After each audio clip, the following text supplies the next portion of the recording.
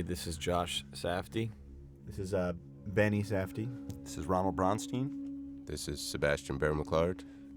And Benny and I directed it. We wrote it with Ronnie Bronstein, and Benny and Ronnie edited it, and Sibo's produced it.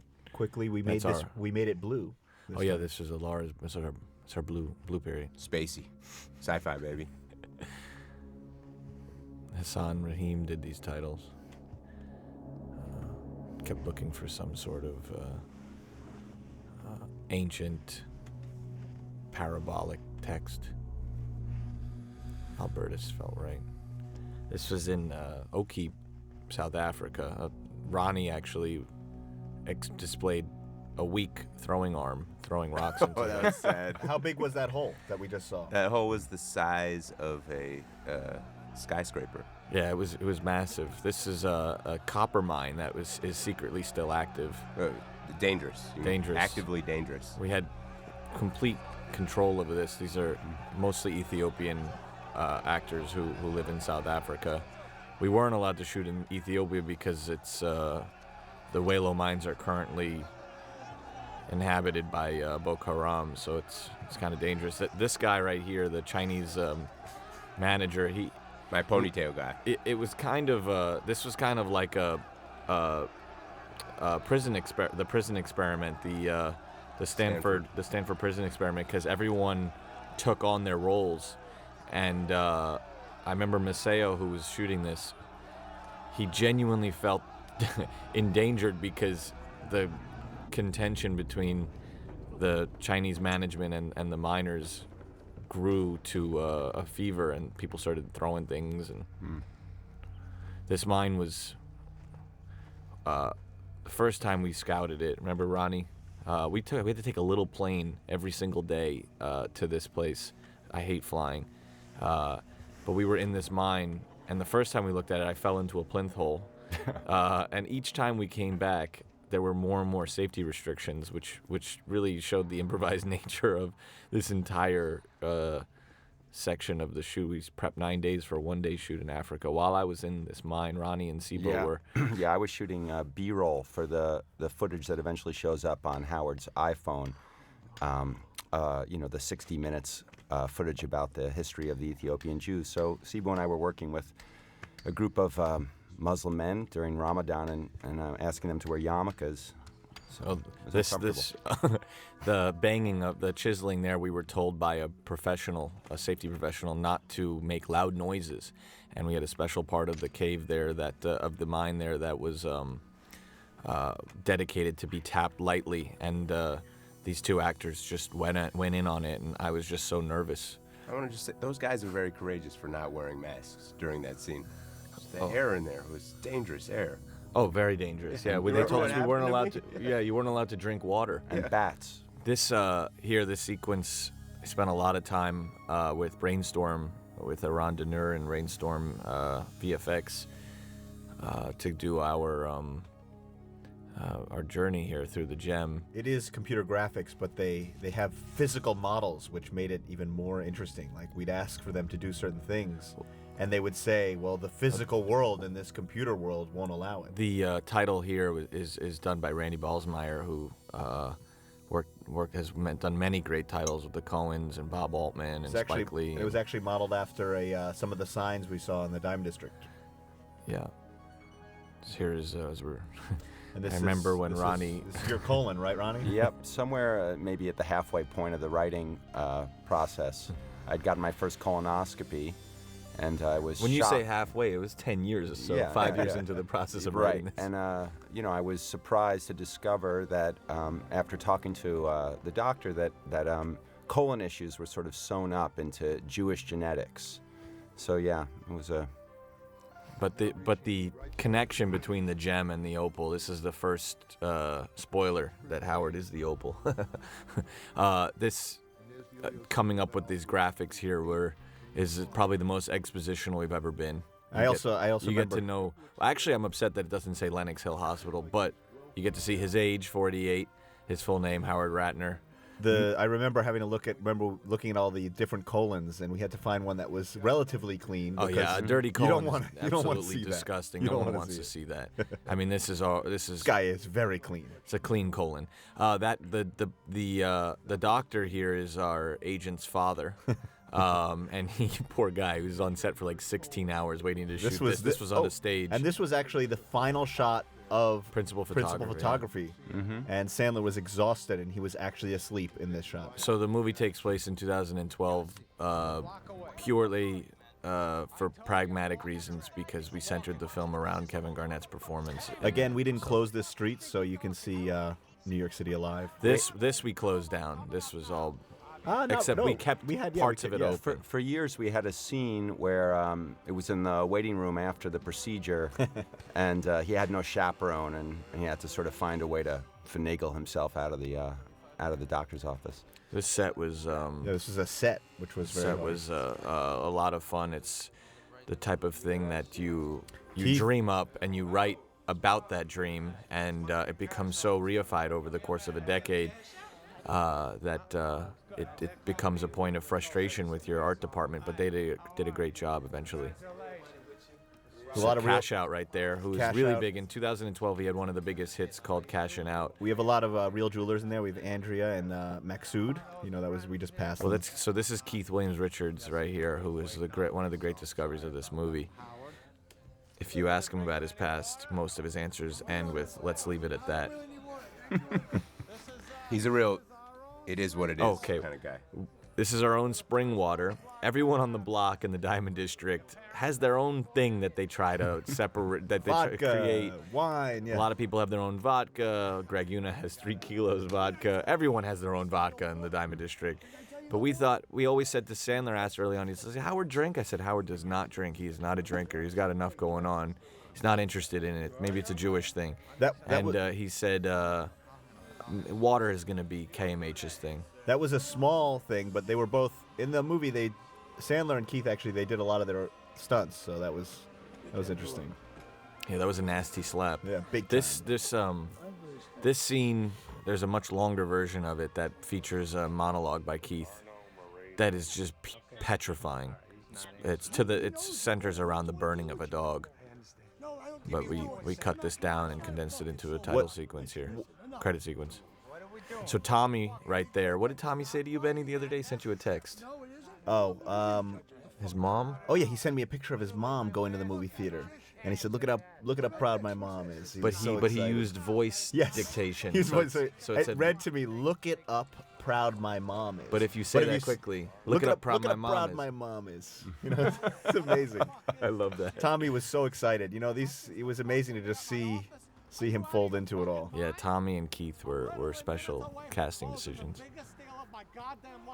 See, this was fun to have to figure out how. Well, all these fake, extras. Yes, the real background was really fun to kind of figure out. This block is such a specific block in New York. It's 31st between First and FDR, and listen for the FDR and all these scenes. This is the actual building that he was entering right there. It's Palm Clementieff here, who she had a much larger. Yeah, we cut a bunch of her. I mean, that's Sibo. She's That's a great your dad. actress. It's your dad's painting. Siamese twins. There's always reminds me of 2 of my mother, which is weirdly creepy. that table someone just recently. Dakota, I think it's Dakota Jack. I don't know. Jackson. This is so this scene here. This was Julia's first scene that we shot with her, and it's her first film. So she thought it would be appropriate if her character, because her character didn't sleep last night, she would stay up all night in kind of emotional prep for the scene, and this was originally a 6-page scene that has a lot of ups and downs. It was a very difficult one for actors to go hot, cold, hot, cold. But it was amazing to see her eventually trudge through. But it was, at first we were all kind of rolling our eyes that she did that, but she's incredible here. I want to just shout out to Darius Kanji, because this scene is actually, because it was such a long scene, we were going to be shooting all day, so we had to have complete control, and that's a a built window with fake light coming out of it, and it's just so beautiful. Why you have to ruin the? I ruin want. it for It's people, part of. That's man? why people are listening to this. They want to hear. They want to see behind it. They want it ruined, Yeah. Josh. Ruin it. This is the ruining. Darius is a What were you gonna necromancer. say, Ronzo? I remember watching Darius cut small felt triangles and affixing them to the ceiling. It was mystifying. Yeah. What do they do? They they This reduce. photo shoot was shot by the great photographer it. Daniel Arnold. I think those triangles they like reduce And what I the love about- exposure on one part of the frame. Well, he was very upset Yeah. China Mac. when somebody There's on the China set took him Mac right down. there in the background. Great local rapper. This actually right here, Sam is she's a big bling rapper in Chinatown. Bling jeweler. Bling jeweler, sorry, bling rapper. She's also a bling rapper. That Michael Jackson piece we built for the movie. Yeah. Mike Friend says it here. We wanted to cast the real bookie, Sibo's real bookie. And Love you. yeah, no name mentioned. But when we had this inspired idea to include the sports pope in a movie about sports degeneracy, he also there is a spiritual connection between Mike Francesa and They're Mike, outer remember- borough Italian guys who like to dress sharp. Yes, They- that, remember, like Mike said, he's like, oh, I know exactly who to model this after. And he brought his own suits, and he's Yes. very proud that he's like, I didn't have to go through 1 second of hair and makeup. that scene was longer in the script. that scene was great. That's Josh in the background. Yes, that was my cameo. Oh, Tommy with an amazing fall.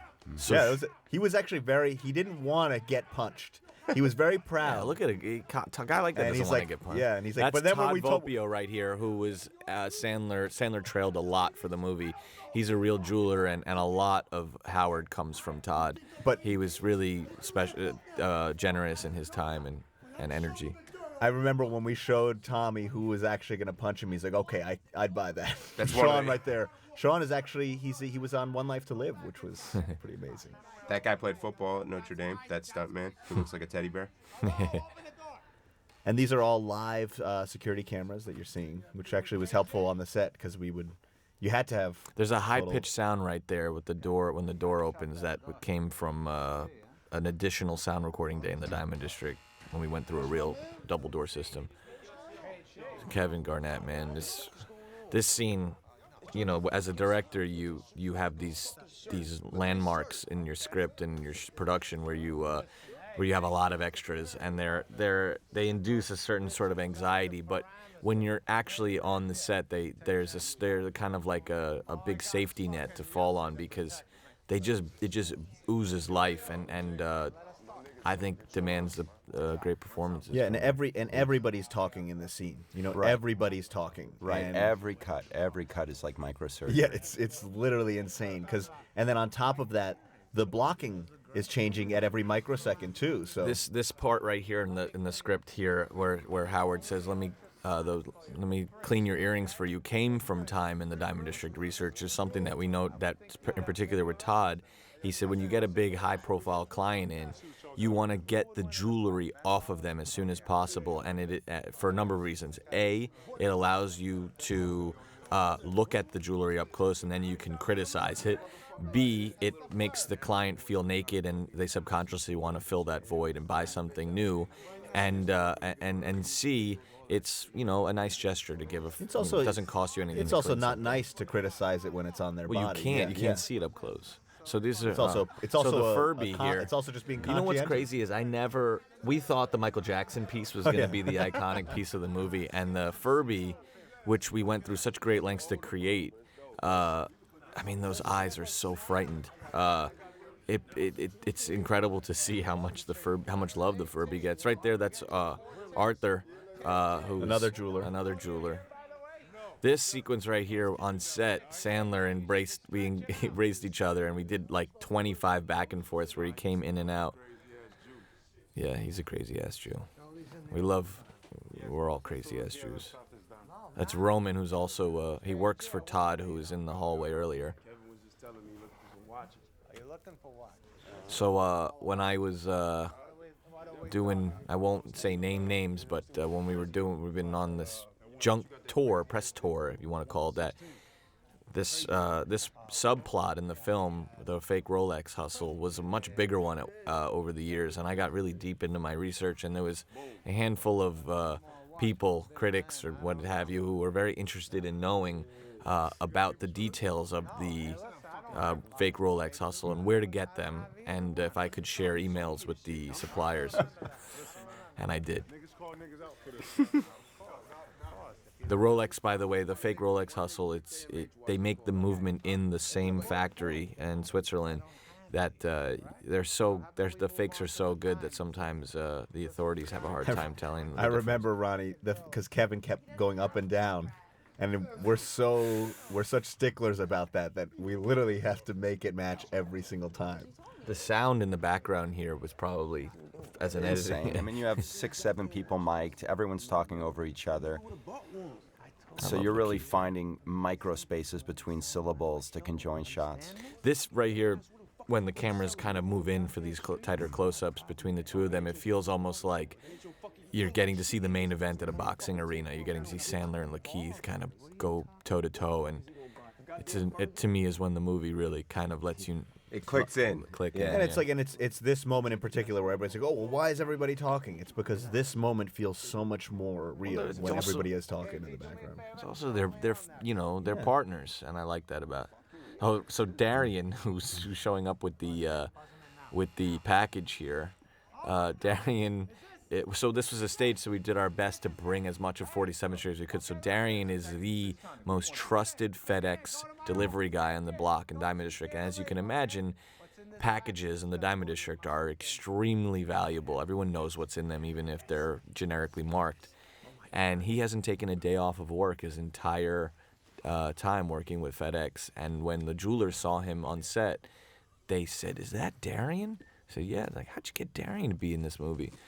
I said, we just begged him. It was hard. It was just as hard as getting Sandler.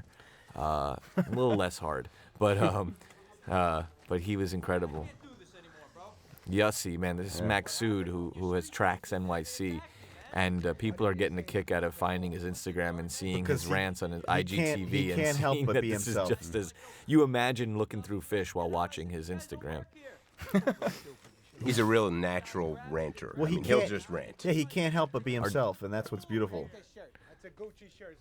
Remember that pile of clothing. Actually, when we were doing research in the Diamond District one day, these guys came in. Actually, we feature them later in the movie, and they would boost from Bloomingdale's, and they would bring this incredible designer clothing in at an amazing discount. Actually, Sandler made me buy a jacket off of them because they were trying to sell it to Sandler because he clearly had the money for it. I ended up buying a nice jacket. It looked better on you. It did. This opal, we spent a lot of time trying to create this. It's about $150,000 worth of opals. Some of them precious black, some of them... We put a lot of romance into that stone. Yeah.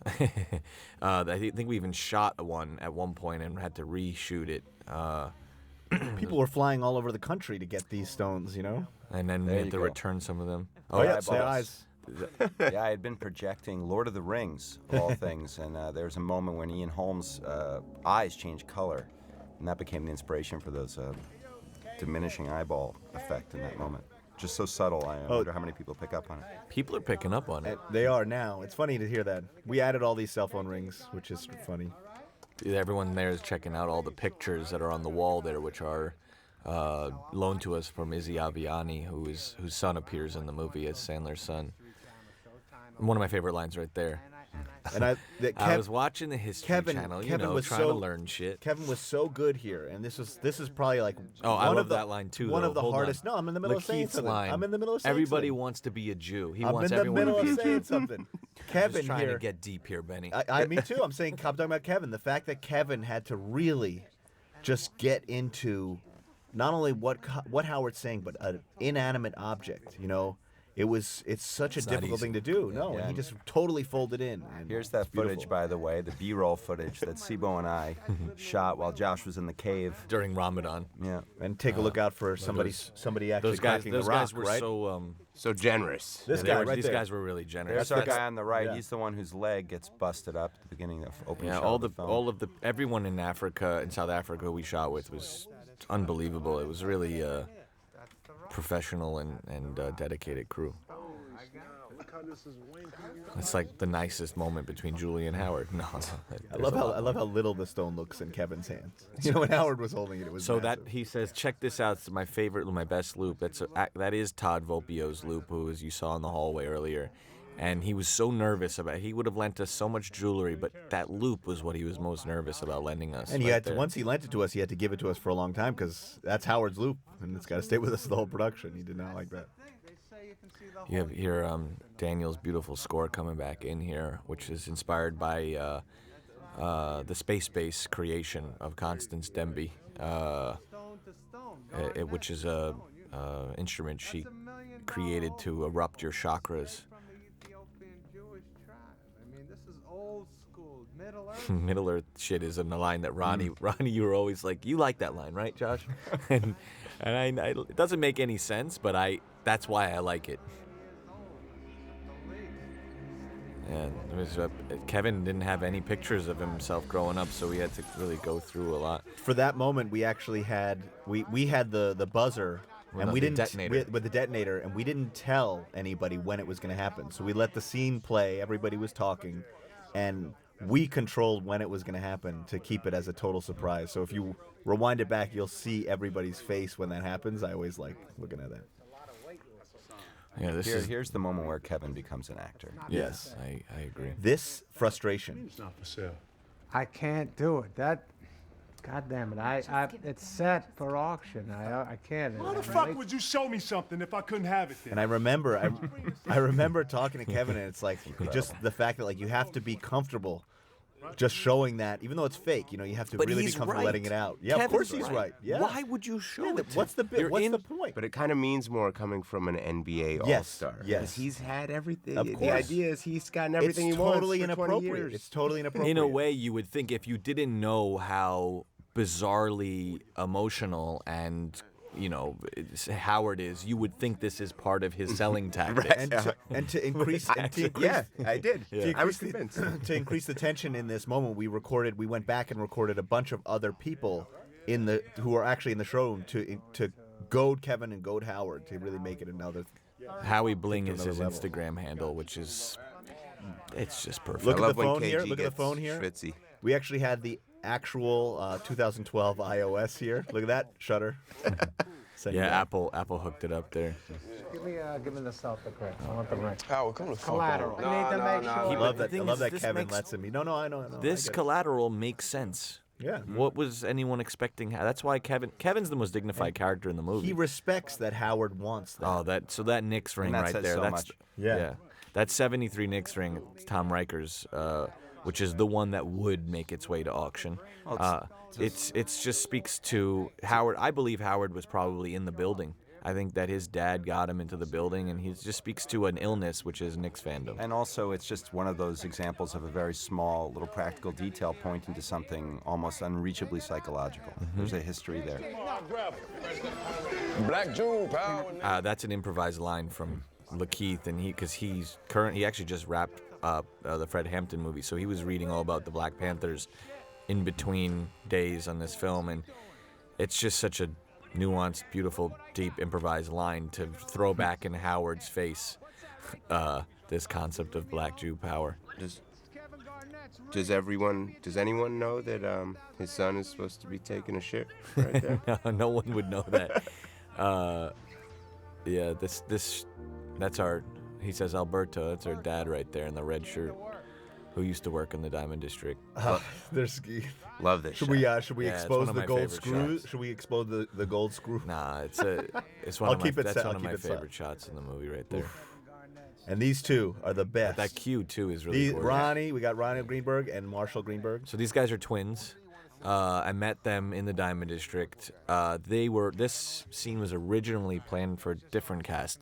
casting decision, and I wanted Marshall right there to play the part, to be in the film more than anything. He reminded me of of Ronnie Dangerfield, an inspiration on the film. I love Marshall and Ronnie right there. He actually went to film school with Darius, which is This I scene, mean, Marshall is incredible. They both have such impeccable timing. and this scene for Sandler was the first time. It was like, I guess, the second day of shooting, and this was the first day he was going in and really acting opposite Jewelers. So he was super pumped up and nervous in a way to kind of really show that he was Howard. And that's where it was like I got very excited about the whole movie because he took it so personally and really wanted to perform and prove to them that he was a real person. His voice. Let's make it You quick. know what's You know what? I just want Hold to say on. that the that line texture of this movie comes from the faces and the sound, the cadence of the voices are so important. Let's make it quick is so interesting because when we told Marshall, we said, Marshall, you got to go fast. And 2012, right we got to make this speech. You got to really go, like motor mouth it. He goes. So when he internalized that, he said, all right. Right before he gave it out, he goes, let's make it quick. This is Just such a great unbelievable. portrait of a New York City block. We didn't shut it down, and just the people you see, like that guy right there. Ronnie likes to say he's an aged punk. The lady who crosses the street. Oh yeah. I tried to get Ava and Cosmo into that, but Cosmo's not into it. This scene was very hard to shoot because you don't shut the street down and you have a camera inside the car. That's Eric On the opposite end of the sidewalk, Yeah, I so love every this one. car is Oh, going yeah, in yeah. front of us. You literally miss it. We So missed it 5 times. Nino's, this guy right here, there was a sequence that took place in the Rockaway Casino Resorts World, and he was going to have a much bigger part. That's Nino right here, the owner of the restaurant. Great We story. were so excited to find this location. Oh, So this is I love the chef. this Don't get me is. started. I texted Ronnie and I said, we need something Just for a detail to get us into the back of the restaurant. So yeah, I stole that from Kitchen Nightmares. the carrots and the Caesar salad. Someone actually did that, Ronnie? Yeah. That's unbelievable. Put carrots in the That's Caesar salad. embarrassing. Yeah. This is like Mike on the radio right now. This is a portrait of Francesa's radio show. Right. To me, this is the ultimate kind of purely expressive gambler and bookie scene because, no one really places bets in a kitchen. Fell off a anymore. truck. But it's incredible. We try to pack in as many jokes as we can in this movie, and I internally battle with Ronnie and Benny and Sibo about which jokes Fell can off a stay. truck. I love that that one gets laughed. I also love that Oh, we this cut is to the not cook. laughing. Sibo and Hold I, on. yeah. That we cut to the cook is the best. This house, the woman who owns this house, was so protective of her Wi-Fi. I've never seen anything like it Well, before. she first of all, also was knew. very, no. She understood was the also, technology. She's in her 80s, and she would sit there and she would say, "You're not gonna get the password." She was like a troll who She would knew because she said, if I give it to you, everybody's gonna get it, and what's gonna happen is I'm not gonna be able to stream my movies. And I'm like, wow. All right. We was smart. didn't change too much in this house, but we added that massage chair because Howard needs a massage chair. One thing that was They're very science fiction. One thing massage that was chairs. very new on this production for us was you had to get permission for every single piece of artwork in the background. So What's incredible is the back. We shot this at noon. You know what I know. mean? If you look at the outside there, look how beautifully lit that exterior is. here's Adina. Yeah. Just the Adina's best. from Syosset, which was very close to where this scene takes place. She said to which us, is what's Roslyn. the percentage of Long Island do you want? When she was coming up with the accent. Hit I that don't care, fucking Howard. shit. And I also love that she knows what point it is in the game. Okay, let me get up there. I mean, this is me understanding what people feel when I'm in this mode. Yeah, exactly. You know what I mean? And she surprised everybody with that yell. It was amazing. So this bed here, this is obviously the whole room was constructed on that stage in this house. That bed was something we were obsessing over. Howard believes that his kids can ascend through materialism, and he wants the world for his family. And if he can't personally give himself to them as much as he wants to anymore, he'll give them everything. Yeah, he no, can just get. that shot shows how much he loves them. he also, my kid just would not adjust to bedtime. So I spent so much of my life laying on the carpet just like that. And It's something. It's just such a strange feeling, to be in a dark room with them. It's beautiful. That's Johnny Arambayev, who obviously his toy collection is like his gem collection. But Johnny right there is the son of a big bling jeweler named Izzy Aviani. And here, that a lot though, right, is so complicated because he's romanticizing the very thing that is going to be the demise. We did have a full-size basketball hoop yeah. in our room as kids with the chain link fence. What's that, Ronzo? not just in that moment, you can just see the seeds of a gambling addiction for to sure. come, Yeah. But I love that a lot though, right? Oh, wow. On the TV right there. It's a little bit of subtle foreshadowing. There's an art to finding the right piece of background material that is both relevant but not too on the nose. Do people watch the director's commentary first, or do they watch it after? I'm wondering. After. No one Do you think watches some? it I'm first. wondering. Some people probably do. It's a weird way to watch a movie, Benny. I'm wondering. Well, if you're doing that right now, there's something wrong with you. Stop Yeah. and watch it normally. Next, you'll be saying you want to wait until after the summer. This was from a writing standpoint. You have these scenes where you there's a Mohegan Sun, another foreshadow. But you have these you have these scenes in the movie that demand some sort of exposition, and you try to figure out a way to embed it through character. Right. It's careful. You don't want to sort of hammer your exposition out through the characters' mouths. It's kind of an abuse of their being, and it's a struggle. This was something we discussed with Sandler a lot beforehand, is figuring out the different types of winning. Because everybody knows one way of winning, and we wanted to show a new way. This movie's a lot about Yeah. coming. But we wanted to show a new way of like what it is that he feels that's different than another person who wins a bet. I love this performance from Sandler. This is Ferris. On the voice, the cab driver. The cab driver Ferris. He was in one of our short films. He plays the in Acquaintances Will Only Yeah, Join. yeah. He's the He's in guy. Daddy Longlegs as well. Oh, He that's is, right. yes, he's he's in in- Daddy Longlegs. He plays the boat driver. Yeah, that's right. Well, Terry. he owns the boat. Yes, you're right. Terry. There's something very nostalgic and emotional for me about the pieces that the NBA broadcasts use to go to commercial. They find these great narrative, something that almost seems scripted. They find these breaks, and that right there, seeing the passion of Kevin Garnett, you can always lean on KG to give you a commercial break segue. And this moment is something that really is only derived by using a real phone, because know. you could totally control when he gets the call and when she answers, but because we're connecting them in real time, you have this interesting pause. That's The created. tension, it's Yeah, a lace yeah. tension. Like Yeah. she's not answering, she's not home. Where is she? Yeah. I got held up. Julia, voice acting is really difficult, and it insinuates a sort of realism that you can't put your finger on. There's a nuance to it, and she's so great here in this, which was obviously also recorded live. This frustration here. Yeah. She's, what? Can't wait to see you. I'm in an incredible. And I love that Howard gets into incredible moods. Howard is a moody dude. I love Sandler. But also that's something he gets to kind of gloat about in that moment. Yes. It's so sweet. This is in the script. This is sort of the only room we have for sweetness. And we came up with this idea to put him in the closet and do this sort of sexting Pretty thing. late. Yeah. Right. Just nudity can be garish and blunt, and it's hard to communicate sweetness through it. And this was a way for us to get dirty without. But at the same time, we're using a trope almost in movies where usually you insinuate some sort of dread whenever someone's when hiding. she's talking, she's you saying only nice put things about someone Howard there. Yeah. into a surveillance position to discover something bad, right? And he doesn't.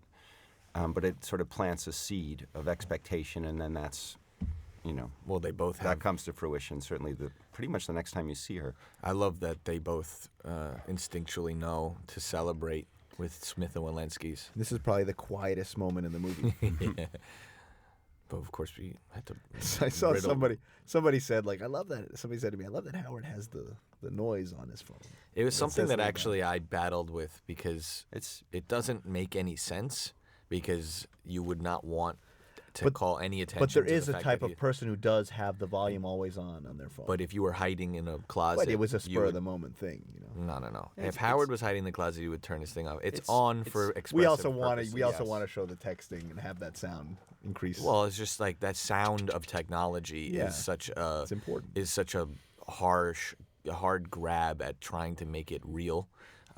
You see phones now do these things where they vibrate a little bit when you touch them. It's just some sort of way of Which is of an interesting making sound in its own right. technology of a physical thing.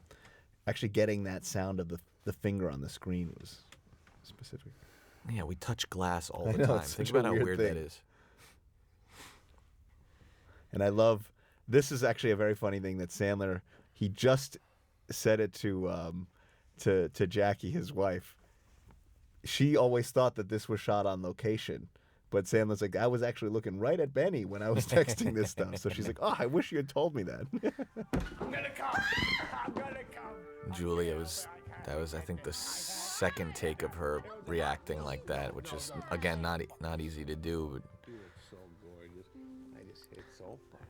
I just love seeing those windows in the background, Yeah. knowing that we're in a city, and that's this touching. I find this to be really touching, and then you remind everybody that we're all just these little narratives. And actually, to find a building where we had access to the building, there's so many logistical things that we'll work our way into. Yeah, I know. What? You told me that already. And you know what I love about this? Howard fucked last night, and you can see it and feel it. He looks like a guy who had sex last night. A little glow. Yeah, you know what I'm glow. saying? Like he has maybe he woke up, they had sex again in the morning. He looks a little. He's feeling he lost 3 pounds. Look at that smile. I had sex last night. I had sex last night. I had sex last night. I had sex last night. Hey, And about Howard Ratner and his partner. this was we had a different location that was actually much more tied to the real Christie's. And we had to change last second, but this was a very cool location because it has 2 entry points, north and south. And Haley, who's playing the receptionist, for me, that's my own personal nod to King of Comedy because she reminds me of Sandra Bernhardt.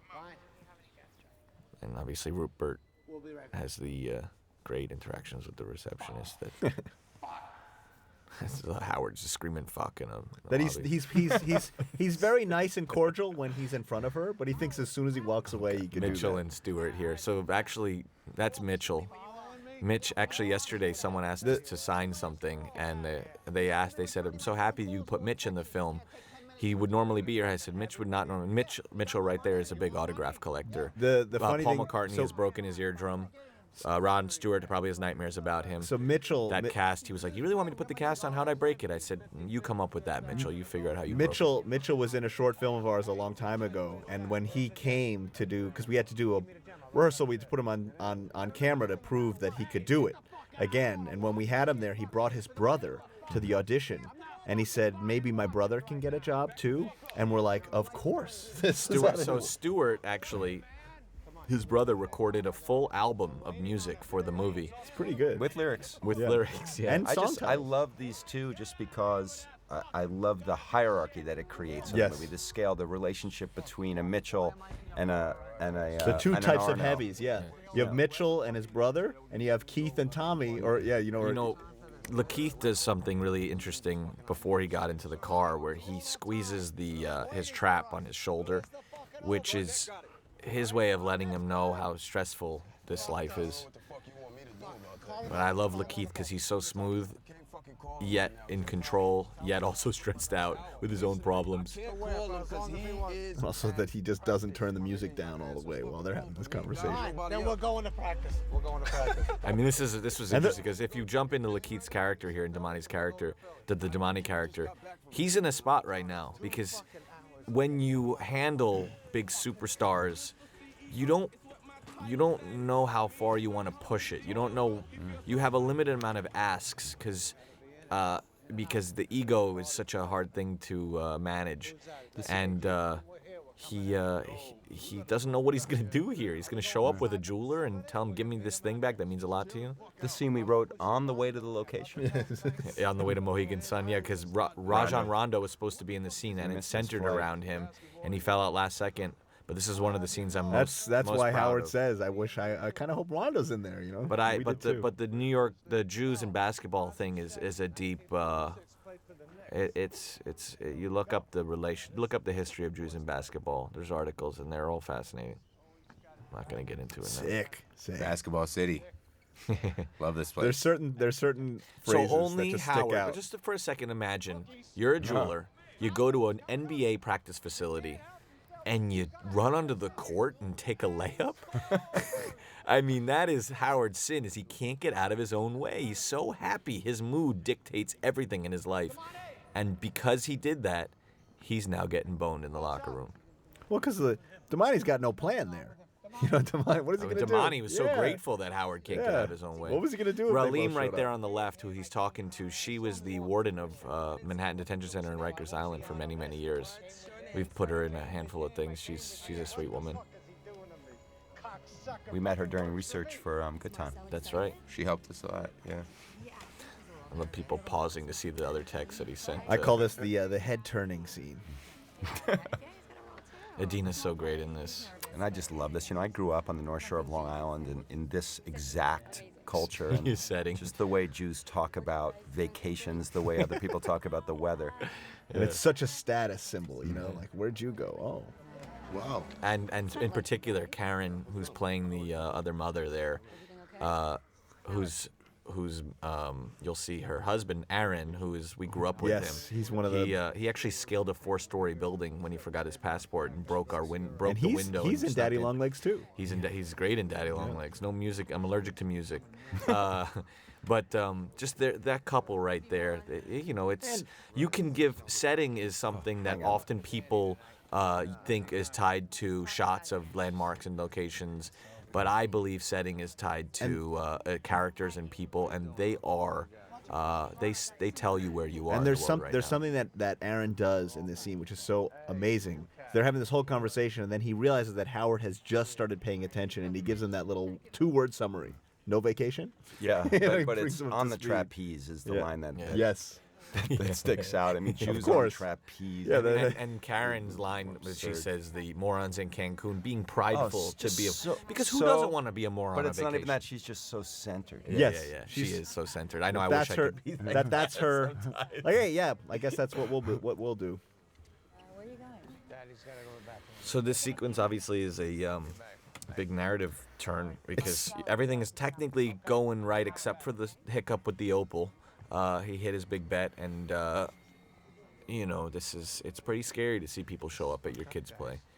And Tommy actually couldn't run. He had hurt his legs, so we had to find another So- heavy, which was actually interesting because it's that kind of stuff that makes you add to the interesting things to So the script and the movie. Louis on the right. You'll see Louis on the right. We wanted to put him in Good Time, but he had to go away for a little bit, and he couldn't. And the bite. Remember, he's like, "You can actually bite me. Let's Oh, put and some he padding." really and Sandler bit it him. hurt. I love, even though Howard is running here, I think of this as one of his tougher, more courageous moments. And Oh, that yeah. he stood up to them. He course pushed him. he did, That was yeah. important And for those guys are Sandler. scary. Sandler wanted that. He's like, I don't want to just get pushed around all the time. I mean, that's embarrassing. Yes. Yeah. And this, when Bogosian saw this, you'll see Eric, he plays Arno, when he saw Howard run out and do all of these stunts in loafers, you know, on wet grass, he's just like, this is dedication right here. Embracing slow motion here is nice. Yeah. I It's a love, moment I love that you meeting feel a in real character life, but you without don't his actually- voice. And that his gesture with the hand, turn it around. Without being able to hear him, you know, these are just things seeing that a you... menacing person muted is scarier. Those are things that you'll see in real life, and it's like, how do you actually translate that? I remember the crew was kind of all looking at us because this was a big crew, and they were like, "This is our first like action sequence." Yeah, and they were we did it wondering. in one take. We they were got like, it all "Let's-" down, because we I didn't think really. they were all secretly being like, "Let's see how they." Oh yeah, handle let's it." see how this works. Like the blocking was really open, and they were trying to figure it out. It's like when it happened in the first take, everybody was like, "Oh wow, that's pretty special." Just trust. We broke this up. I think a week and a half between that scene and this scene. We struggled a lot with the writing of this scene. Yeah, it had a lot of different iterations. Like the SUV, when we arrived on Arno sitting in the front seat, that was big for us. Also, the fact that it's a fucking cab. "You bit me" is big too, because it's one of the first lines that insinuates that A, Arno isn't Jewish, and B, that there's a whole perception of Jews out there. This is one of Arno's cabs. That was another thing. That's kind of The humanized backstory, him, yeah. So the gentleman in the back, Tommy, Keith, and Louie, this is their first film, all of them, and we wanted.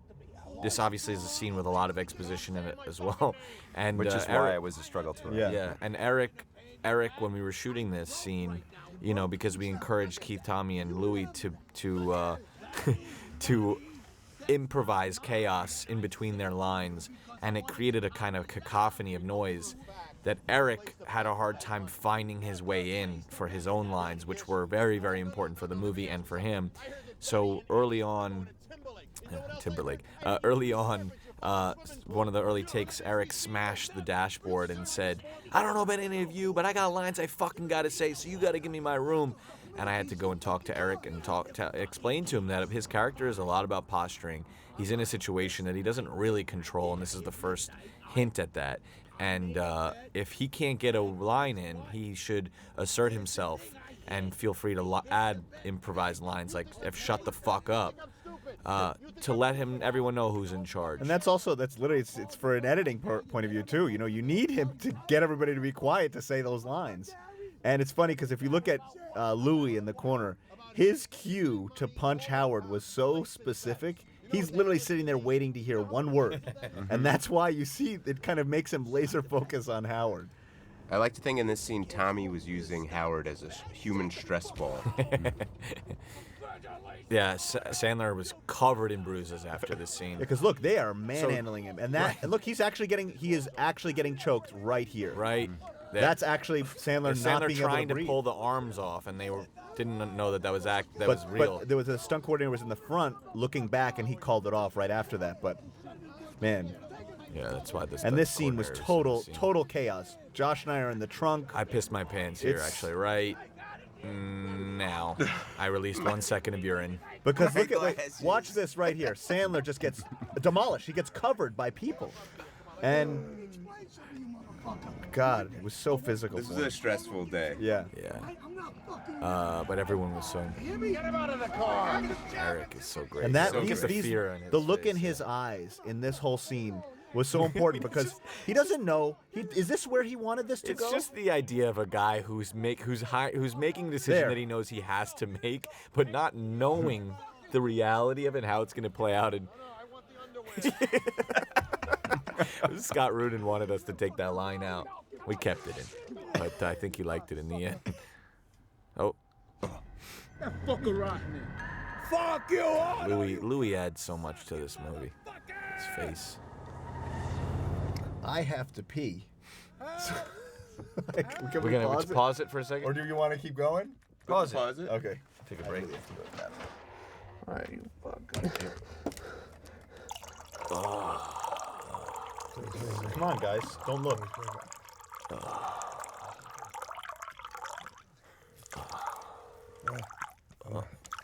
Stop, Josh. Dana. I'm not looking. He's just making a sound. He's not looking. Benny, can you finish? Benny. We're going to keep going, right? I'm good. All right. Love this running style. Yeah, we talked about this with Adina. We with the heels, she says, "How much do you want the heels to impede my running?" I call it against nature. Yeah, we in the screenwriting phase of this, we went back and forth about. I was very insistent, no dialogue. Yeah, There's we just went back and nothing. forth What about could she say? huge interaction here, or completely quiet, and we thought that Adina's character, it says so much more that she has nothing to say here than. She clocks it. I mean, like, it just so shows you that this is actually not the worst that she's seen of Howard before. What could you possibly be looking for in the forest? Oh boy. Oh yeah. You know, all through the production, we were, we could not afford an actual sort of known play. We were going to do the Addams Family musical at one point. So then, while these guys were shooting, it sort of fell on me to look at public domain properties, and I ended up reading 300 pages worth of Grimm fairy tales, and then just cobbling one together. At the same time, I'd been working on this book with Robert Crumb, the cartoonist, and he had lent me this book about the history of anti-Semitism. So I was deeply entrenched in reading about Jews in the Middle Ages in Europe and the genesis of this idea of the gold obsession in Jews. So here we go. We land on this, I guess, very, trenchant image of a man looking at his daughter puking out gold coins. And it's supposed And to be yet a he's gift. And he loves it. It cuts straight through all the tensions in his life. I mean, it hits him. Hits him. Yeah. It's a deep moment.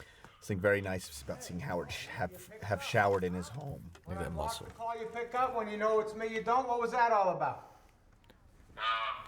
This location, we love locations with mirrors. Our production team does not, because it makes it very difficult to shoot in. The challenges make it better.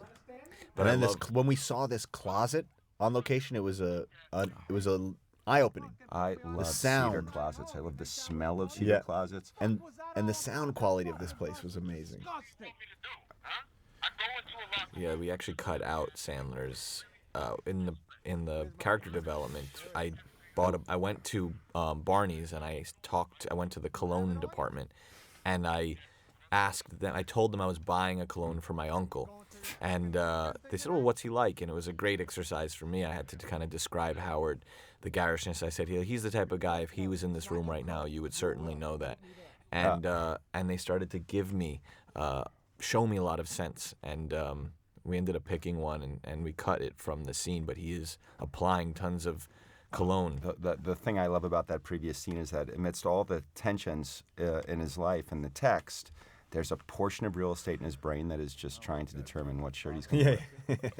So the barbecue chicken line is actually it's an interesting history to it. Yeah, we'd reached a sort of roadblock in terms of getting the project greenlit and properly budgeted, and so we went into a meeting with Eli Bush and Scott Rudin, and there was a lot of tension. I would say it was the only real meeting that was, Laced with tension. laced with dread and tension.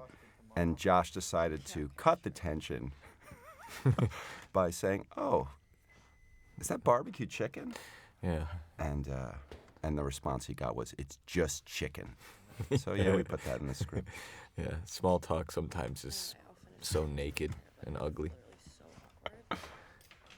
And the trunk scenario, it's nice to see Howard actually try to confront his problems with his wife. Noah here, she was fantastic, and the audition process for that character was a funny one. The script that we gave all the actresses was to perform the school play for a school casting director, and they were supposed to be, this school casting director was supposed to cut them off, played by our real casting director, Jennifer Vendetti, and they were supposed to be uncomfortable about that and leave the room and then come back into the room and ask if they could charge if anyone had a charger, because they weren't expecting to be so short. And it's a very nuanced, tough thing to pull off, and Noah did it so, her performance was so embarrassed and so realistic that it played like, I can't imagine what someone, if they were watching just the audition process, if they thought there was some sort of mistake. Well, the whole point is, you see them performing, and then you see them when they're literally not acting. She plays a Jap very, very well. And just to add, this scene didn't exist until we did a table read with Adam, and he really felt like it was missing. That there wasn't a moment of confrontation between him and his daughter, and I think it's a testament just to the faith we all have in one another, because really on the page, it's hard to see that scene. Nothing is said. Yeah. Nothing is said. Yeah, Adam was always keen Well, to, yeah, he- to point out the he's- things that the script needed. He's from also his very. eyes. He was very aware of what an audience would need for Howard. You know. Shooting at One Oak, obviously boy. with all these extras and sparklers and Oddly enough, you know, need we- the fire department for sparklers. yeah, I now, know which there's is a lot great. of, but there is the scenes that we wrote originally were longer and very ambitious for a 2-day shoot in a nightclub, and We did a couple of we versions. did the and it- first part of the first day, and we realized we were never going to make our day. We didn't have enough extras that we actually needed to properly pull it off. and then in lunch, And during lunch, we rewrote the scene. and then Yeah. rewrote and Manically. re-scripted everything and all Reshot the listed. Reshot and listed, everyone came back from lunch, and we programmed were everything. handing out new script pages. And I think new script, new shot, And and schedule for yeah. that time. And I think that was when the crew really felt. I they're think like- it was inspiring. Because they were like, "Oh, you can do that." Because normally it feels so cemented in Abel, place. the weekend here, had a lot of fun tapping back into his 2012 self, his 2012 self. And this Shout was out to this Troy. was everybody was so excited because they got so many live performances by The Abel here. orange sweatshirt here we changed. It was a audible in the wardrobe. Changed Trinidad James, another great 2012 reference. But when an extra had that sweatshirt on, switched it. And when they came in, there was some weird makeup thing happening with Sandler in the black light. And we saw what the orange sweatshirt was doing on this extra. It was like a light bulb illuminating anyone who went near it. And it was fantastic. So we ended up swapping it onto Lakeith. And it just has a very incredible effect I love here. Lakeith's attitude here. Right, and to be clear, something about that orange glow covered up and masked the makeup issues we were having. Yeah. Lakeith's attitude here is just so entitled. I love it. Just like he could show up and have a good time. And what is Howard doing interrupting him? But Darius spent a day pre-lighting this black light, which is incredible to think that the weekend in 2012 would demand the club to do this as well, because that was really him. He was a punk back then, and he also performed this track many, many, many times live. Our cousins are back there.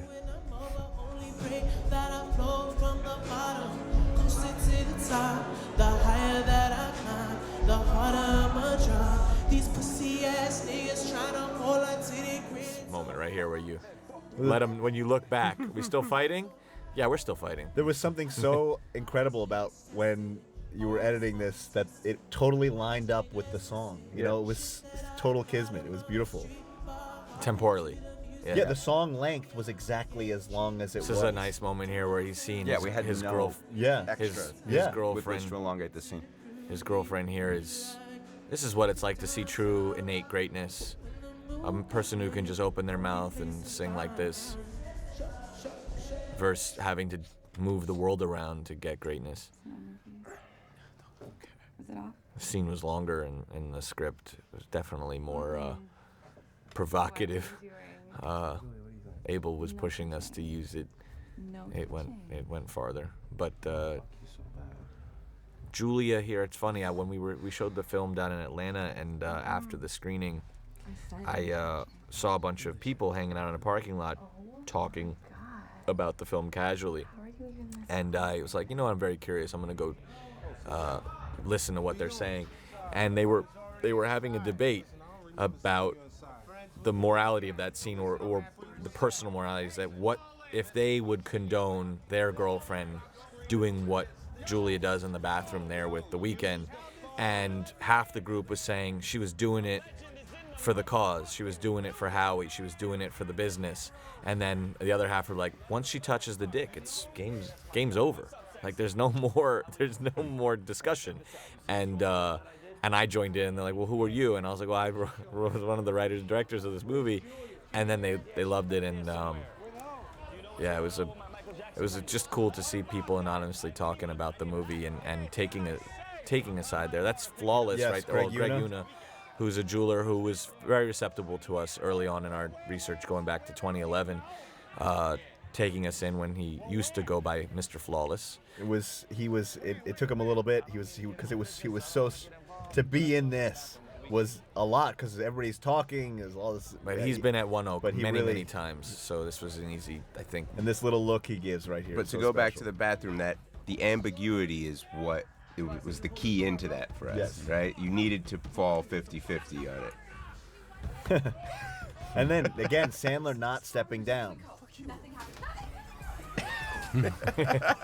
And this, yeah, both of them, no stuntmen right there. What did Abel say? He's like, oh, me and Bob Barker have something in common. I love it. Except I don't know who the winner is here of this fight. No, it's a terrible fight. Yeah. It's a Ronnie, terrible I think it's a fight. great fight. It's realistic. Yeah, but I'm Yes. saying there's Club fights very are little messy. happens, You're right. slipping on a wet It's floor. messy. It's short. Ronnie, we've been in so many club fights together. I don't know. The winner isn't They're Howard. all The Howard is terrible. not the winner there. I guess he did stand up for himself, but he gets dragged out. I love this here. He Howard knows every line. DJ in yeah. this town. That's such a Howard. That's actually like a quiet reference to Al Goldstein here, who would say something like that. Fuck all you. I know every DJ in this town. Fuck all you losers. Oh man. Yeah, everyone's complicit. Everyone on that line. Yeah. Just for looking.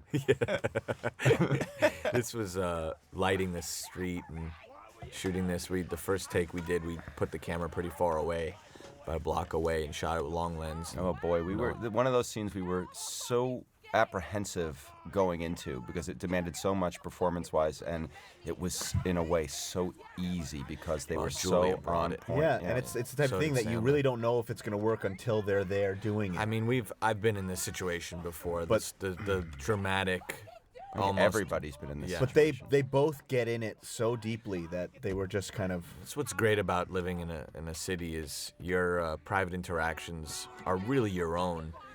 Until someone points out that they're not your own, and Yeah. you're just the attraction of the moment. And actually, you can see right there on the left of the frame. Because this was wide open too. There's a This guy guy on a right bike. Yeah. here. That guy is a real guy, just trying to mind his own business. You know, trying to ignore the drama in front of him. Julia wanted to walk back intuitively. And Yeah, we just rolled with it, yeah, we couldn't she- ignore it. did this line that we had. She's incredible here. Her little smile right there kills me because it says so much about her character. Just keep going. And the score here, Daniel's reinterpretation of a Haydn Symphony Number 88, which at one point was in the temp track. She's so special. This is the moment when you fall in love with Julia. Character, yeah. And this walk that we developed with him is important. I mean, look at that. You can see this entire night on him.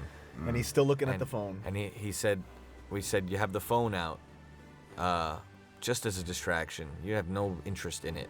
It's just there to let you know that there's other stuff to pay attention But to. Sandler's at all thinking about times. everything.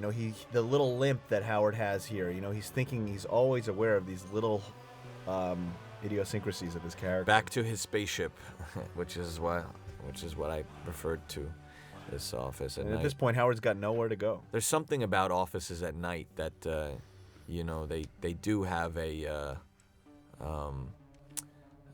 kind of a tangential reality. Our little things like that. You're at the the right. worst point, right? And you still plug your phone into your computer right I before you remember go to bed. I remember having to sleep in our office during some rough romantic times, and I used to keep a pillow in a filing cabinet. And seeing it through the window here is added lonely effect, which we actually did in Daddy Longlegs. First time we did that. I love the basketballs on his sofa. Can't get out of his bed. Destroyed that Rolex for this scene. Oh, you can hear Tilda Swinton's little audio cameo. Just be looking at it. It's me. Turn that down. Let me explain something to you, Mr. Ratner. Your opal is one of 75 items I have to open for this auction. All of them Listen, are yours. I'm cleaned, I'm catalogued, doing some and appraised. appraisals. I remember of this my scene own. with Sandler.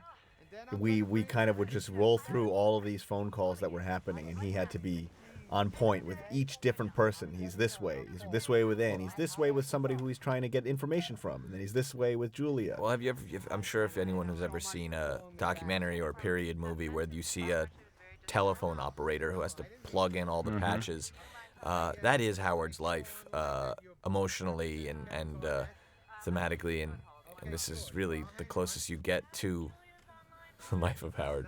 And just really, he's not sure if he wants to emotionally invest right now. Fuck it. Speakerphone. She gets the speakerphone. So that he can relax while he's getting on that phone. Well, he's got to perform. Yeah. I couldn't fucking go home with you acting that way. No. This scene was inspired by Nick Broomfield documentary, which was a character in the film named Yvonne Naj, who is a kind of a nefarious producer in Hollywood, also involved in some sort of escort service. And but there's a great scene towards the end where Yvonne wants to prove to Nick Broomfield that he and Heidi Fleiss everything's fine between them, so he calls her on speaker. Right. And there's just this very oleaginous, kind of unctuous, sarcasm that's just barely masking the hostility. And What's up, everything is- cutie?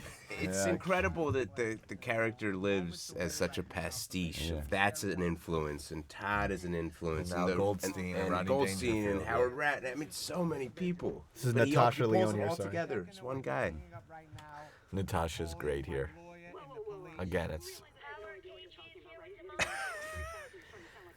She doesn't give And a again, fuck about Howard. having these security cameras be alive and real, you know, what it does. I'll say this sequence right here is kind of a paradigm example of the kind of pathological approach that we take to screenwriting, where really, I mean, the purpose of a scene like this, if you look at it structurally, if you look at the script like a 2D blueprint, is to really introduce into the audience's mind that somebody can get trapped inside this vestibule. So we're setting up a kind of Rube Goldberg, mechanics that certainly come into play in the climax of the film. And we're just so afraid of narrative exposition in a sense and exposing it. We think it kind of smells bad, so we're just constantly trying to cover up those things with so many details and so much chaos, so that you don't perceive its purpose. and luckily we have a world that warrants the chaos. And I remember when we were watching this, and after editing it, it was like, is it okay to have a moment this stressful for no reason, really? Just out of nowhere, it just throws itself on Howard. And yeah, to shoot this was so crazy that literally we had our shot list. It was something like 65 shots, and our solution was, we'll do it in one. Right. And we did.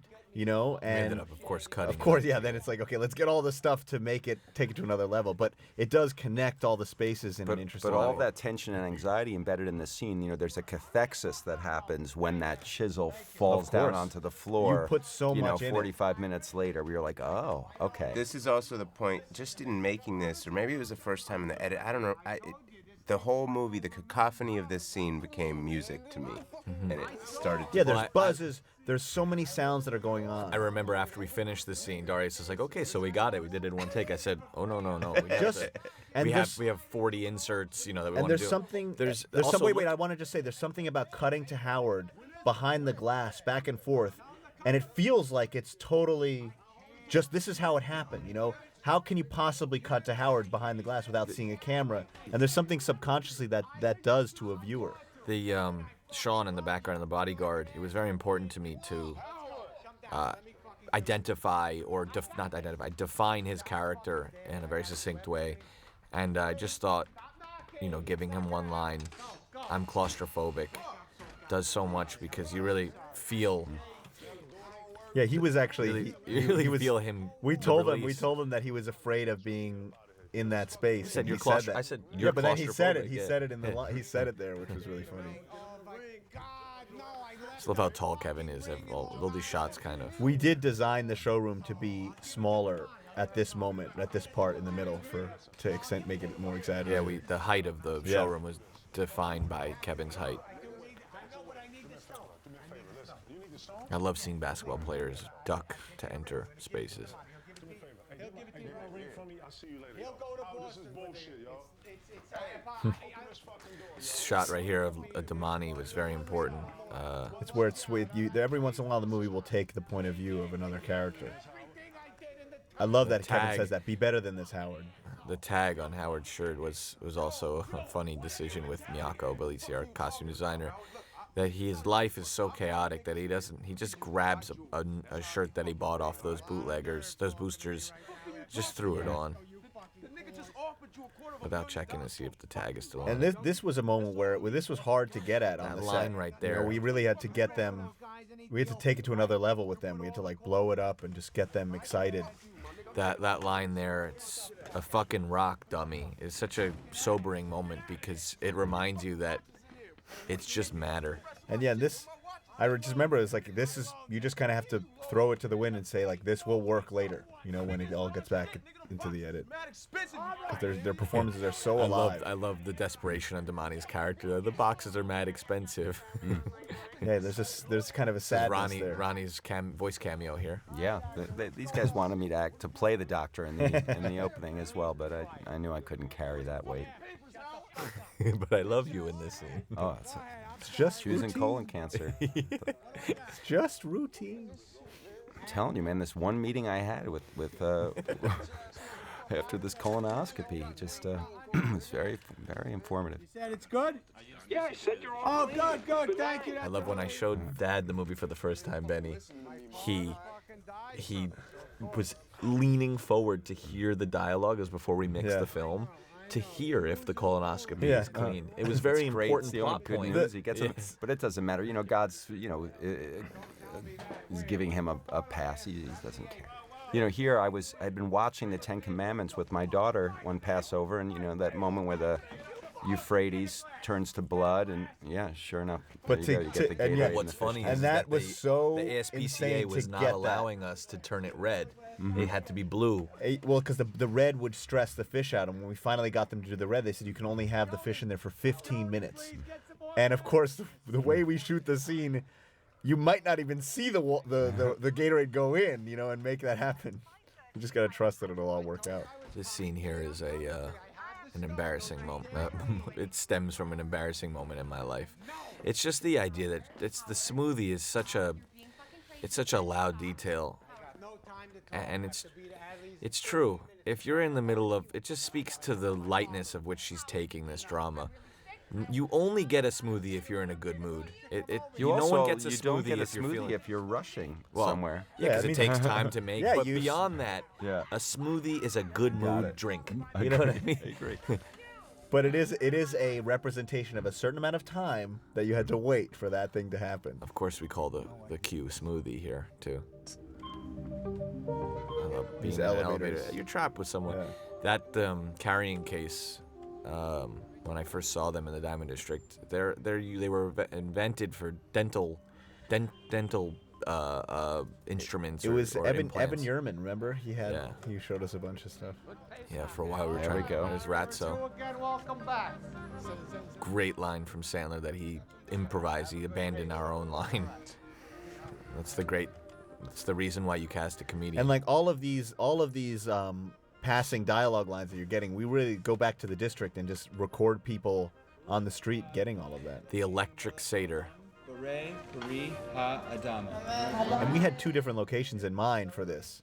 And it's such a character trait to choose the right one, you know, to be in this kind of glass electric place is a totally different place than the other one we had in mind. But it dictates who the character is, and then you go back and By the way, remake right it alive here, again. when he clicks on this and it sent that right there, cannot verify identity details. There was the next thing that popped up was update your service, you update your program, and our props department freaking out because if we updated, we would have lost the iOS there. But we didn't stop it. We let him go. In the writing here, this is such an obviously it's a big turn in the film when you realize how close he is with this man and the predicament that they're in. But even that, just to like, when do you show Arno was a really big discussion that In we the were edit, having. in the edit. Judd has such a paternal vibe, so it was was great to. I mean, this might as well be King of the Gypsies. I remember there was somebody I saw this somewhere. The dipping of the celery is a very specific thing, and somebody like that's not a tradition, and then somebody else yelled. There was a whole conversation in the Really? theater about which type of Jew has the celery dip. It's ridiculous. And it's- That can still happen. I mean, Pete, there is an argument that the drops of wine that represent blood on the plate is Mordecai, who worked on our film, who comes from a Hasidic community. That was my son Murray's cry right there. He told us that was somehow a Manischewitz PR manipulation Wow. of the holiday. But then it's not. I don't think that's true. I looked it up. It's not true. Mind games with me? But coming from Mordecai, it made sense. Meant by your little link. I meant when I said I want So it's funny here. So in the script we wrote that, also a la the smoothie, to show how fleeting this argument really is. He's checking his weight here. But the funny thing is with Sandler in the middle of the scene, we had a real scale there. He had this monologue and he stood on the scale and he hadn't stood on a scale in a while. And the second he stood on that scale and he saw that he was over 200, it threw him off and had a long pause in the take. Yeah, you're not so tough without your friends around, are you? I love Howard stands up for himself all the time like this. Pussy. Oh, you love this roster? I love it. But Baron Davis is done. There's piles. I talked with set decorator. I said, Gooey, Judd's character, he's a pile guy. His business is all in paper and it's all over the place. And you learn so He's a much real seeing estate these guy. locations. What the person's like who actually lives there. I love this. You know what he says to me? He comes over and he says, "Happy holidays." It's like it's Christmas. It's like having an intruder in your own home. Not bothering But Sandler, anybody, that all right? Ratner sticks up for Arno in this moment. Yeah. He can see everybody's point of view. I love it. There's some real deep cut Knicks talk going on in the Oh, yeah. background that is truly, those two are Arno's got the cigarette. mega fans. Yeah. Arno's got the cigarette. Yeah, Nick fandom is a sickness. It's a disease, It's a yeah. disease, and this scene is littered with Easter eggs to that.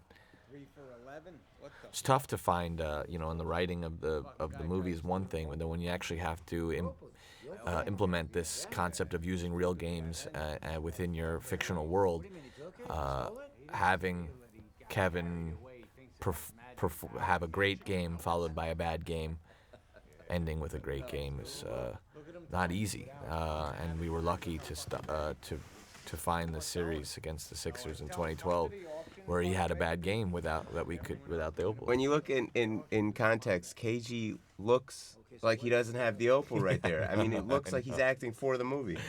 I know. $1,000 to $3,000 a carat, and it's 600 carats. I love the idea of With Eric here, it was amazing because he didn't have any lines, so he really had to use his eyes in this scene, and that was. I remember he was excited about that. Made a crazy risk. Love that line. Rich is rich.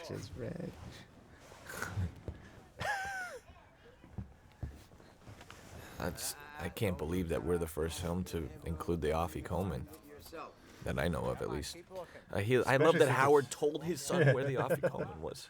It's also so weird because it is just such a thing that always happens in your life. But and what's you interesting can't imagine is that it wasn't seen people before. who don't know what Offie know? Coleman is. What is that? I know. No one But knows that's what I'm there's saying. matzah It's so in there. weird to me that people don't know what that is. Even though it's- And sometimes I wonder if we should have shown the prize of finding the Offie Coleman. No, because I think it's this- like synonymous with an Easter egg. We hunt. should It's have, close but enough, I there wouldn't have been room in the edit for it.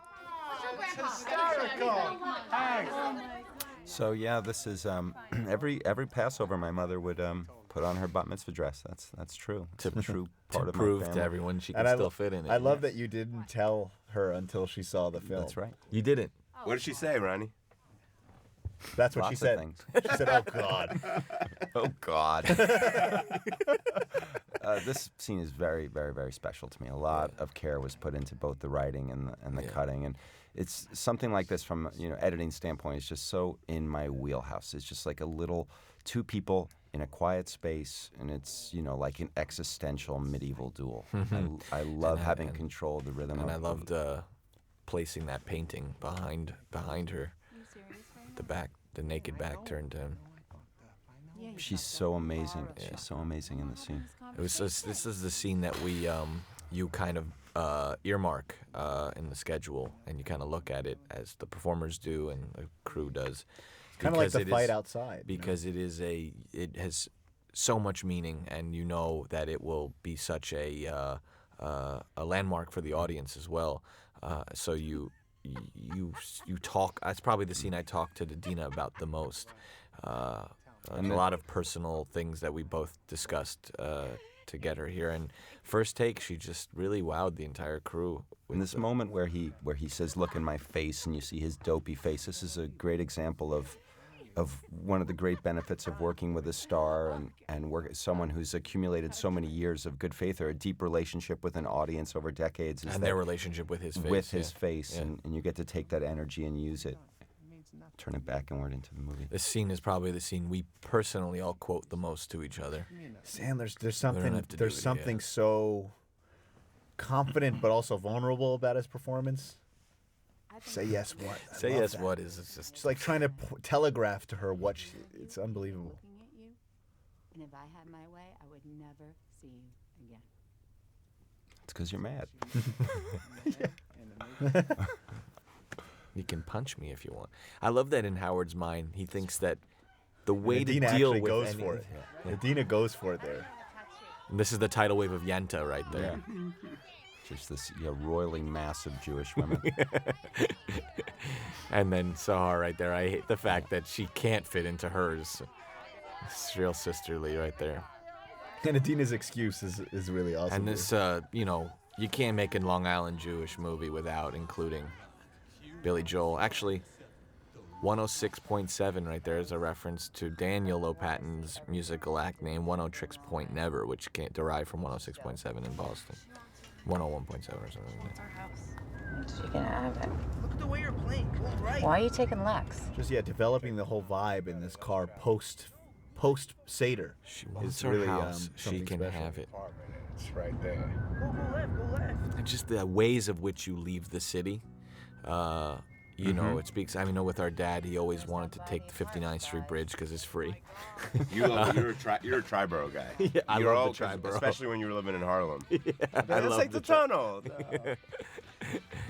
But The Stranger was ended up being a very inspired choice. I remember with Darius here, we said, okay, we're going to set up the dolly all the way down the street, and we're going to do it on the 425 millimeter zoom. And he looked at us like we were insane, but he was so excited. Ralph? Ralph is amazing. He's a big horse bettor. Yeah, and we We actually saw him on New York Nico's. That's right. Yeah. He's great.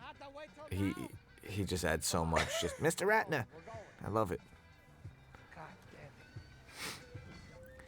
I actually thought I thought it was a continuity error that he was back there, but he actually ran so fast. I know. He wants to do his job so well. I love shooting in this hallway. So John Amos, he asked me, he's like, so talk to me about this scene. Tell me about my character. I said, well, this is the first actual interaction that you get to have with a person who's been just a nuisance to you for 12 years. The sounds that come out of the apartment. And he said, so I hate this man. I said, yeah. So his first take, he interpreted that direction as to be very, very sad. And he did a take that was, remember how sad he was? Yeah. Very long pause. But the beautiful part here is that the son says, what a fucking dick. But Howard, he won't let that live. He says, nah, stop it. He's a legend, which is the beauty of Howard. There's something just in that little moment, just trying to imagine knows. the Howard life, knows trying how to annoying it imagine can the be life sometimes. that's going on behind these doors. It was actually me with This him. guy, Connor Coyne is an incredible prank caller. Incredible. He's very. But again, that moment when Howard looks at the door, it's again one of those things that you feel when in life where you kind of do a double take and see something, but to try and figure out how to show that is. This song choice here, first of all, so awesome that Julia's punk thing to do is just leave a song on repeat blasting, knowing he's going to show up at 10 o'clock with a clean apartment. But the song choice itself here is was derived from I wanted to use "Take a Bow" by Madonna originally, and Sandler told me this great story about Rain when Madonna invited him to his house at the apex of his initial stardom, and this album was about to come up. The entire Miami Heat were there at her apartment. He was showing up thinking he had a date with Madonna. He was excited, and the entire Miami Heat were there, and all of her dancers. And she said, "Who wants to hear my new song?" And they came out and did an improvised, perfectly synchronized song to that track. And he said it moved everyone, including the Miami Heat in the room. And so I said to Sandler right after he told me that story, it's like, it's going in the movie. It's funny, people actually feels like something really bad is going to happen to Howard here. I mean, something bad is happening to Howard, but everyone feel like someone's going to be tied up, and like, it's funny when everyone expects a jump scare in the closet. Or right here when the door opens. Come on, let's go. I love this right here, this look, this close-up. Masterful. What's going on in my dad's life right there? There's a whole world that I don't know about. There's always a scene where like one actor really Look at how goes to the good next Johnny level. is. Let's just and Johnny, appreciate that's Johnny. what I'm talking about. I am talking about that right now. Well, we're saying watch. Like I told me there's some hot chick living in your apartment. Who's that, Mom? What are you doing talking to that cokehead? He was talking I told to you me. to go in there. There's such a he's trying to piece it together, and he really just understood it and did it perfectly. Who is that, Mom? And he just said that. You know, that was his knee-jerk reaction there. I also just love how quickly Howard turns on people. Yeah, that guy right away. Who did him that favor? He's just that cokehead. Yeah.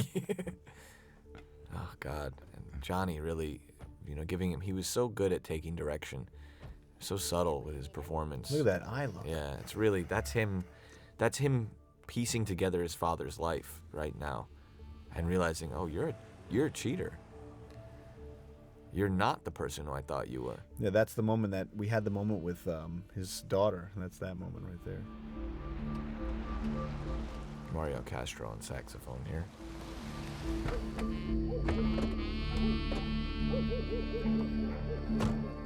This house is really like a jagged gem.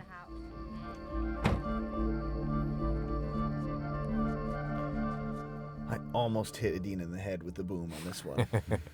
I was very embarrassed about that one. I think I hit the ponytail. I love Howard's shoulder bag here, which actually belonged to Johnny's real father, Izzy Aviani. Yeah, Izzy had all his diamonds and some weed in there.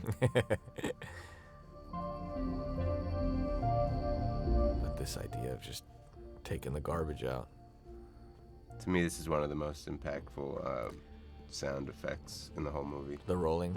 And then Darius, when Sandler performed this specific action, he really just floored him. Yeah. The little things. The way he would hitch the garbage up to take it up was it in particular. And Howard's a new man. For the sake of appearances. Big day. When he showed up on set with this suit that we had made for the film, I said, I'm getting Barry Egan vibes. And he goes, anytime the Sandman puts on a suit, you get the Barry Egan vibes. This is the Howard Ratner commercial that Sandler throws in.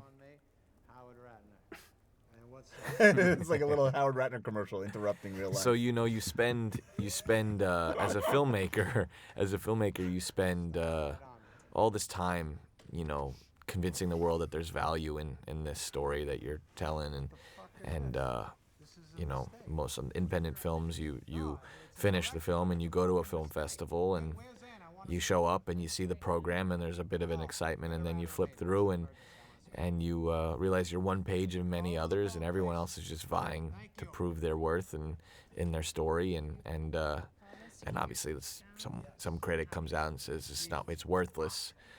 The yellow card, I don't know, this scene's always been meaningful to me. Fucking 155 bullshit happened? Did you hear that? Mm-hmm.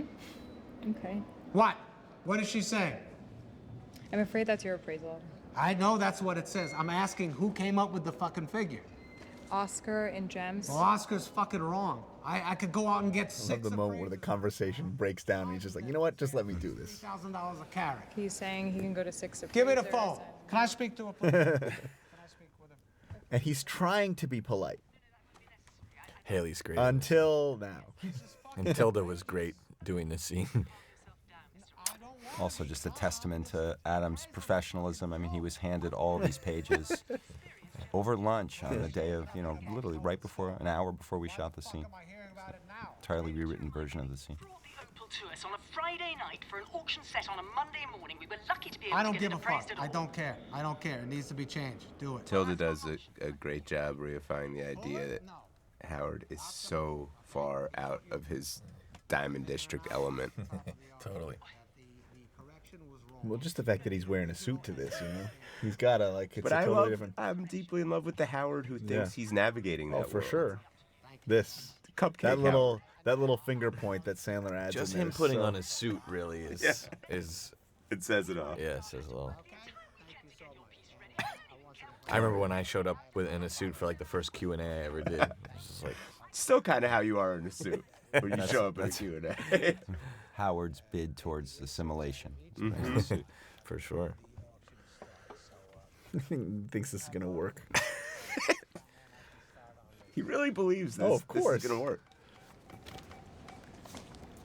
See, Howard's not sure if he's calling Anne or she's calling security. Okay, hey, listen, just fucking put him back in. I don't give a I got it. This That's how in my quickly you mind. made a decision. In my mind, that is Skip's cameo, because the way Gooey's voice reverberates through Skip that. is our mixer. The way it reverberates through this marbled lobby, Skip was riding it throughout the scene. So whenever Gooey would get louder, he would raise it and lower it. It's Benji, beautiful. Benji, who's gonna run right now. It's a grown man running to get an autograph from another grown man. That's it's incredible. I love that moment. He's excited. Yeah, I mean, it's special because it shows the stardom of Kevin Garnett and This working- and I love that Benji can still be youthful. I mean, his character. And this scene with Judd, I remember when we did Wait, this. hang he on. was, wait. It Judd shows was the stardom of Kevin Garnett, but it also shows the kind of stunted adolescence embedded in sports fandom, too. Yes. Yes. But Hey, I'm a huge Sorry, sports fan. that's why Gooey, shows both things. I Shows know. both. Judd here, there was such a nimbleness on the part of him as a performer and speed. It was so incredible. 200. They were just firing on all cylinders. Judd is you know? incredible. I love the spin The move. naturalism, pictures. 500. 20% I'll give you for the wedding bit. the way his whole face moves. KG's gonna buy it. It's not a problem. You obsessed with the stone? And and again, these little lilts of Howard, the way he's talking with people, it changes all You the time. can really, in Howard's close-up, you can really see the beautiful C series lenses that we used. This auction scene, man, oh man. It's a hard space to find. And I think we had, how long is the auction? But we had every angle, again, like Passover, you could possibly think of.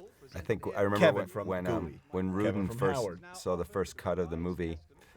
He commented at this moment. He looked at the auctioneer and said, "Oh, finally, somebody who doesn't have curly hair." Fine piece, collector's work, and most importantly, it is windowed on either side. Kevin's to point reveal of view. The full spectrum of its dazzling color and the. It really is. This was, I like approaching this like an action scene. You know, really just going in and thinking, okay, this is the equivalent of a sports match for Howard. So you got all the people, and you got to really go back and forth between everybody. The phones were very important to me. I went to a bunch of auctions over the years, and I was always the phones were always a mystery to me. That's Bob Rubin right there, who's been very supportive to us, our company, and he's a very cool guy. It's our little cameo for him. 100 grand. 100,000 now. Bob is so great at this moment. His reaction. Yeah. He sees it as so gauche. It's literally to try and fit 3 reactions in the 100,000. You know, it's insane. Yeah. And Arno, this is a big thing. It's like Arno's there. I remember you said Arno's got to be a part of this now. He's It's shaking true. right there, our buddy shaking the camera. No one's gonna know what that means, but it means a lot to us. No further. These guys are the only people more outside this world than Howard in the room. But they have And then something. these looks. Sandler's really showing desperation with just the movement of his Arno eyes. knows what's going on. Yeah, Arno knows both of those. You know, yeah, it's gooey. 130 now. Should try 140. 140,000. Come on, sir. There's- Up it again to 150. This look right there, so. Should try 160. 160 now. Back against you again, sir. Can we try one more at 170? That look right there with the eyes. He's subtly telling him, just bid. This moment with I remember Jenny talking right with there. Jenny and them. Yeah. Jenny Sachs on the left there is So- actually Joel Embiid's manager, and she was very helpful in attaching Joel Embiid before we ended up having to recast for Kevin because of we went into the season, we couldn't shoot with an active player. And this right here, to show this from the back. Hold on. I have to move this along. We have a good bid at 190,000. I'm looking for 200, sir. So move this up any higher, any further. We Sure, just went to sir. ECU on Howard, by the way. What's great about There we go. What's We great already about saw him say no from behind, you know? What's crazy is the estimate was right. Yeah. The estimate was right. And the placating let's to the just hold crowd on. here. Let's just focus on something for a second. His Yes, thank son congratulated him Yeah. for winning he beat an he beat, Opal. he beat Kevin Garnett. That's why. Yeah, of course, one-on-one he went to, but Yeah. he got blindsided by the fact that he was buying it from his own son-in-law. It's our set photographer. I love this. Thank you. Thank you. When you go into a building in New York, you forget which Yeah. way's up, which way's down. And again, yeah, that moment of that Great New York switch, that moment. turn. There's construction happening on this block, and Oh my they God. got a front row view to this entire movie. Literally, they entire were scene. when they pour construction for one of these buildings. The amount of cement trucks, you literally have a 10-minute window to just Look get at it done. look at Aaron Benji's character showing off. And the watch autographs. Keith's face right here. He's doing his job, being nice to him, and as you soon did as a he good leaves, job. You got all the he autographs goes you back needed. to being like, "All right, I'm done with that guy." See you, Gooey. There was the bolt cutters. You know, we And keep the not street yet, alive. You'll see Was it it? coming up next. Was the See a Gooey? That Rolls Royce. No, it's coming up next. Okay. buddy. Richie Rich, thank you. Yes, that Rolls belonged to Nekteloff, a jeweler family. Judd on was so 42nd excited to Street. curse here. I love this Howard. He He, is switches. a- He just gets angry. classic Yeah. Howard turn. he doesn't know who to release anger on, so he's going to release it on the driver.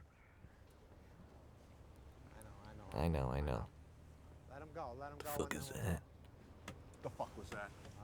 Oh, Benny, you're right. Maybe the The bolt, bolt cutters didn't was there. happen. We left the street open, and this guy just goes through with these bolt cutters. So the weird thing here is, this is just the way the world works. Benny and I, 10 years ago, when we first really wrote the first draft of the movie, the first version of this script, the nostalgic retelling, we met with Howard, a guy who our dad worked for in the Diamond District, and we met with him. We took a walk, and we ended up sitting right there. It's so weird to me. And I didn't even remember that until I found the photograph. And that from photo, 10 that years thing ago. was in the background. That plaque. It's right there. I know. The photograph takes right there, open to the public, right there. Again, the fact that this street was just wide open while this was all going on, it adds such a realism to the whole thing. I can't You know, believe the fact Howard thought that the fake phone call was gonna yeah, work. but Keith being like, "Yeah, you're lucky there's people around." You know, that's all part of it. This next scene, we only had a certain amount of takes. There's about 100 extras littered amongst hundreds of real people. And yeah, we And put the camera where it can be blocked by people. Yeah, cameras are pretty far away. I love this right here. Oh, and this, I remember that moment with Keith. He was not convinced the punch would look real, so he wanted to get much closer to Sandler, and there was no way we were letting him, because he's not actually trained to do that.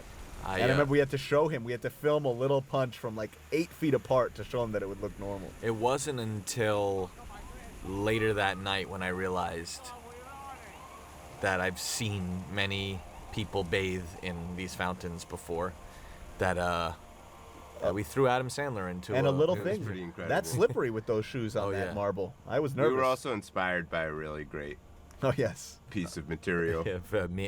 Prank. Call it method action wrestling. I love I love all the noises going on in this hallway right now, people because who when he wear- comes back, if you just listen to it, it's people who wear glasses, who you only see them wearing glasses.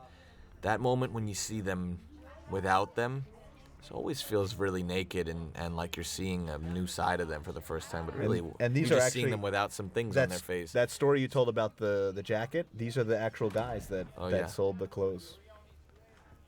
The Brioni suits. First time you're seeing The Office from this perspective. Nice Maceo Bishop camera work here too.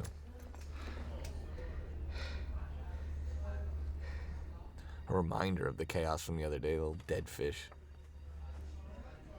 Those are the guys who filmed me that jacket. Love Joni's response here. I'm not I mean, feeling those good. are the guys pretending to be the guys who sold me that jacket. Send everybody home.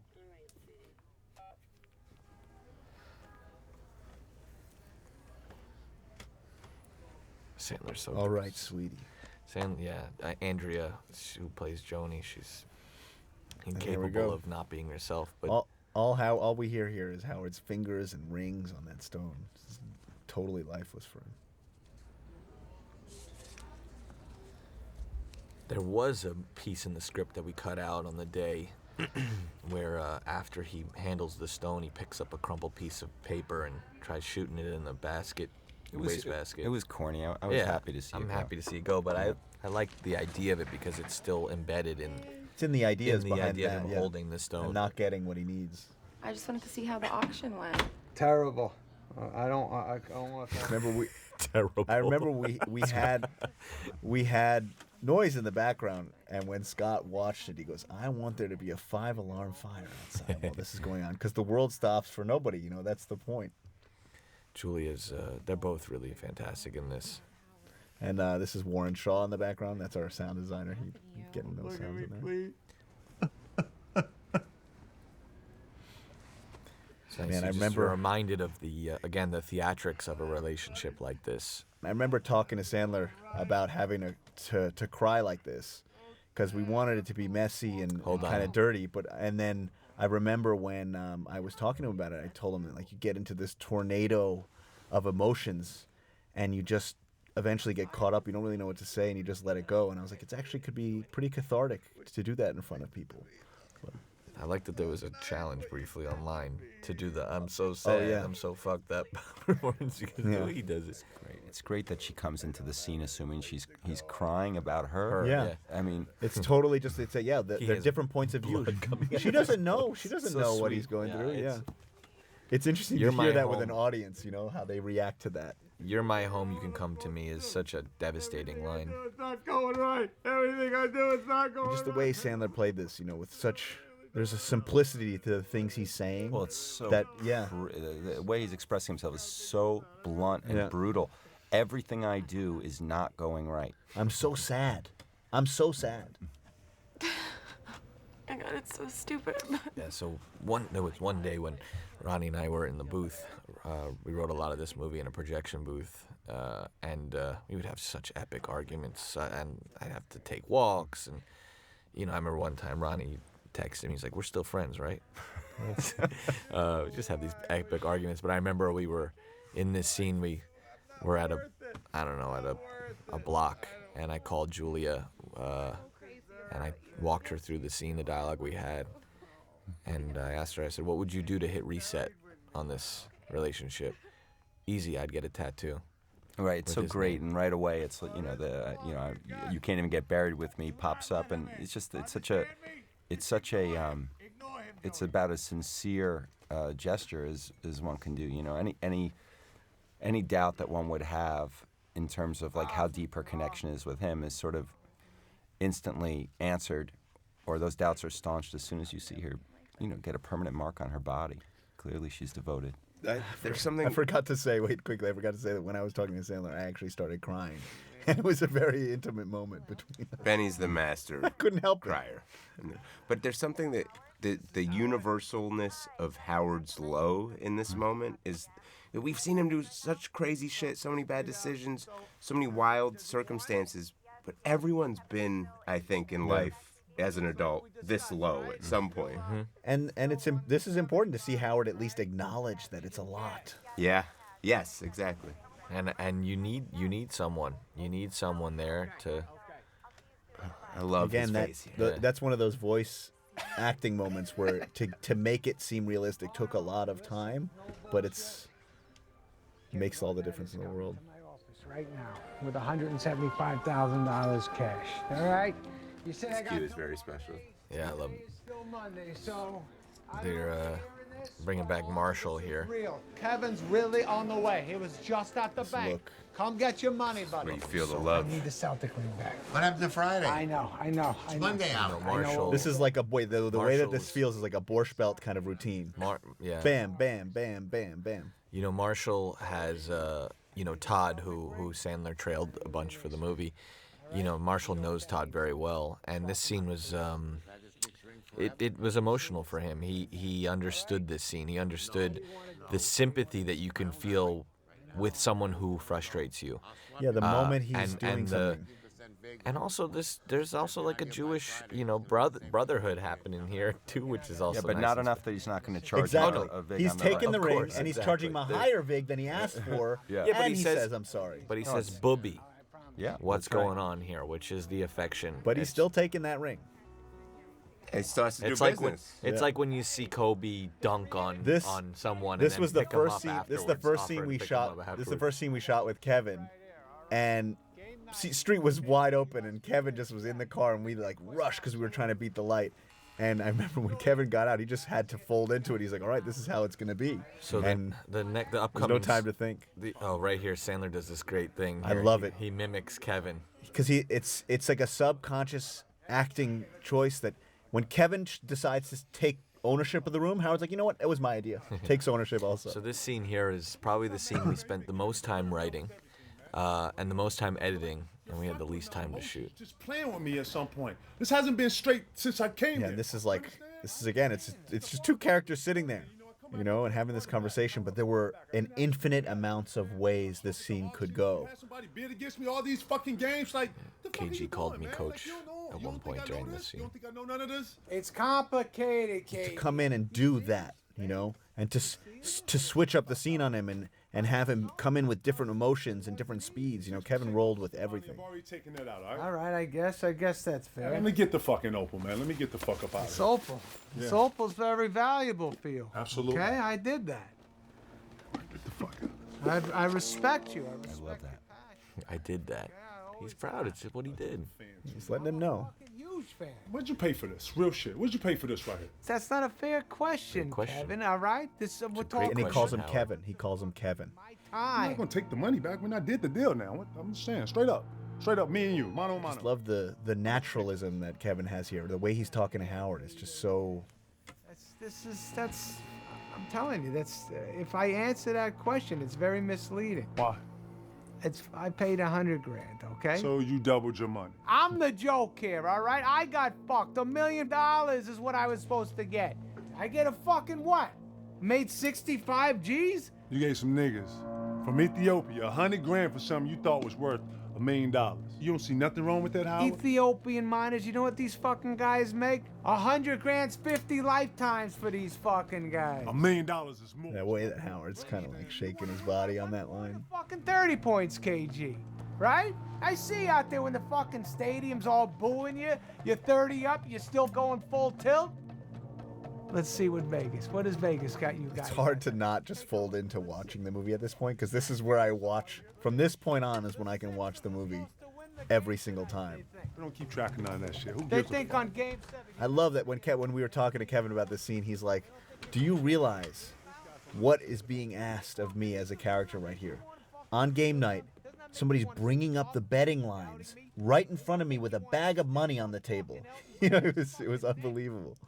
Come on, KG. This is no different than that. This is me. All right? I'm not a fucking athlete. This is my fucking way. This is how I win. All right? All the fucking hard work I do, all the fucking ass kicking and the dues I pay, you're not going to score on the big one?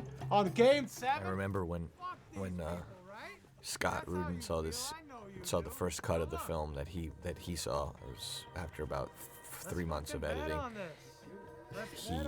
He said it was his favorite scene. And then he says one of the greatest scenes of any movie he's ever seen. And then about 2 hours later he goes, "Needs so much work. It's one of the worst scenes. It's one of the worst edited scenes I've ever It's seen one of in the my greatest life. movies he's ever seen, but it was the worst edited scene in the film. That's Yes. what he basically said at that point. And I was just like, but it "Oh was my good. God." He pushed us often. And Yeah, what he was moments we really needed. saying is this has the potential to be the Yes. sort of And it was- tentpole of the entire movie, Yeah. but it's And not he was there right. yet. And it was just literally, it was a matter of trying to understand each point of view, but trying to get it across in a way that was. We're a team tonight, kid. This cue. It was really it was a balancing act, you know, and trying to Sure, get just in the writing as well, Yeah. because you don't want to create the sense Yeah. of a thesis. Exactly, and it's and there were deliveries of each of them where they were really hitting it too hard on the nose, and you really have to kind of cut and get rid of all that. Hey, do you mind watching this video? Love shot. Yeah. Just having them talk, the conversations that they were having before. I just love the shot because you see them, the collective group here. And I just love that right there, that Julia. This look right that there, that a yeah. slimy arms guy who would hit you with the most sexist comment ever. It's like they're like rubber bullets to her. They bounce right off. There's her. something about Mitchell on film. He looks so good. Yeah, And it's so just such a sharp. pleasure again to be able to deal with these. You have these chess pieces, Yeah. you have these plot mechanics, and be able to Yeah. To move 'em wind around, up the yeah. whole movie and now slowly start to Exactly. Yeah. Just make it. You can move them around, and you know that it's going to be pulling strings. Yeah. This was one of the first scenes that we shot in the movie. It was like second day or something like that. And I remember there was pressure for us to reshoot this because there was a concern that there wasn't going to be intense enough. And the reality is that Howard knows he's actually very at ease with his decision right here. And also, technically, the guys in the showroom think everything is fine. He's just having a conversation with Kevin in the other room. And again, So- if you look at it structurally, similar to the introduction of getting trapped in the door and Yeah. how that plays out later. Here we introduce this idea, Yeah. this romantic idea of them hanging out the window, only to get him, Yeah. out For the sure. window in the most perilous way. So that guy a right minute there later. who popped his head up, who looked at her, she says, "Thanks, Joe." I Joe love is that the shot. owner of the building, and he was one of the first people to really embrace us. We actually shot a 35mm camera test.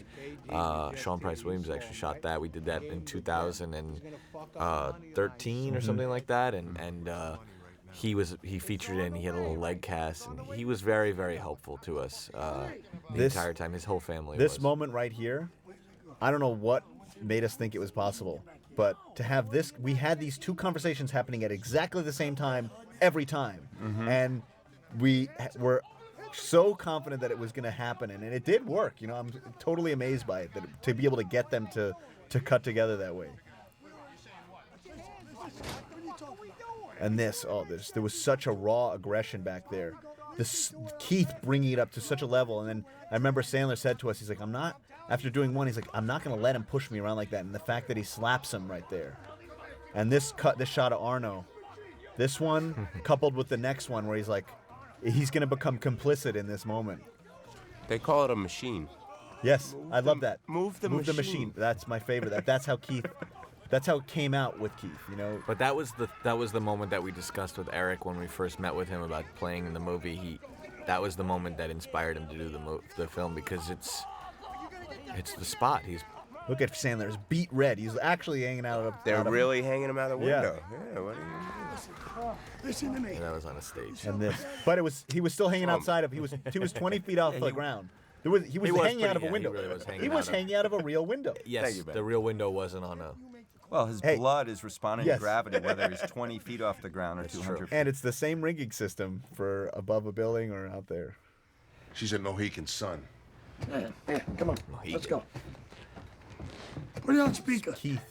He had the beta blade Keith's- app, okay? Keith as an actor is unbelievable.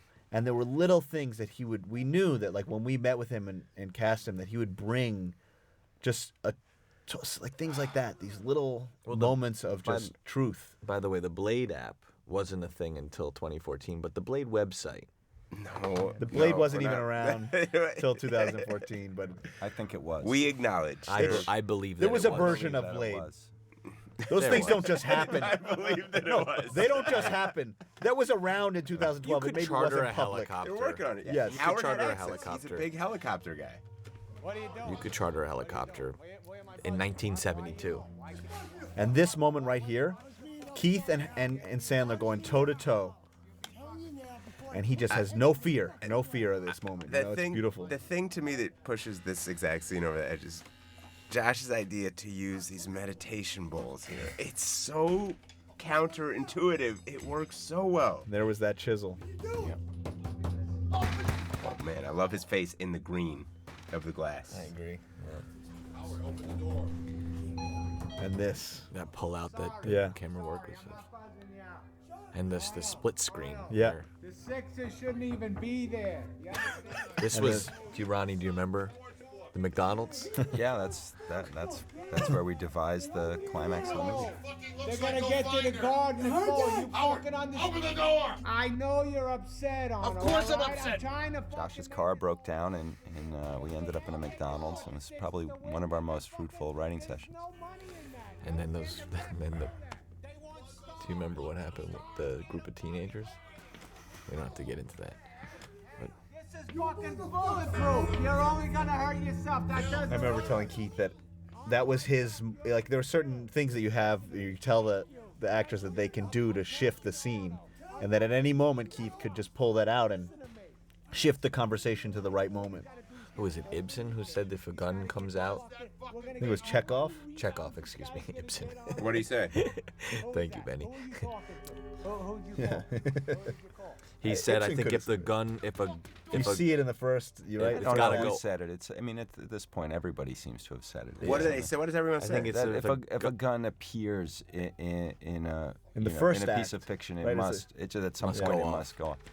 Tina, it's me. So But I to guess the we people just, who are watching this for the first time, It doesn't. we don't go know. Off. It doesn't go off. Benny, no one's watching this for. If they're watching, If it for you're the first still time- watching it, really, stop. really hate guns in movies, so I was happy to push its appearance to as the last possible minute. I'm not here to argue with you. Tina, get the kids out of the house. I'm frightened, okay?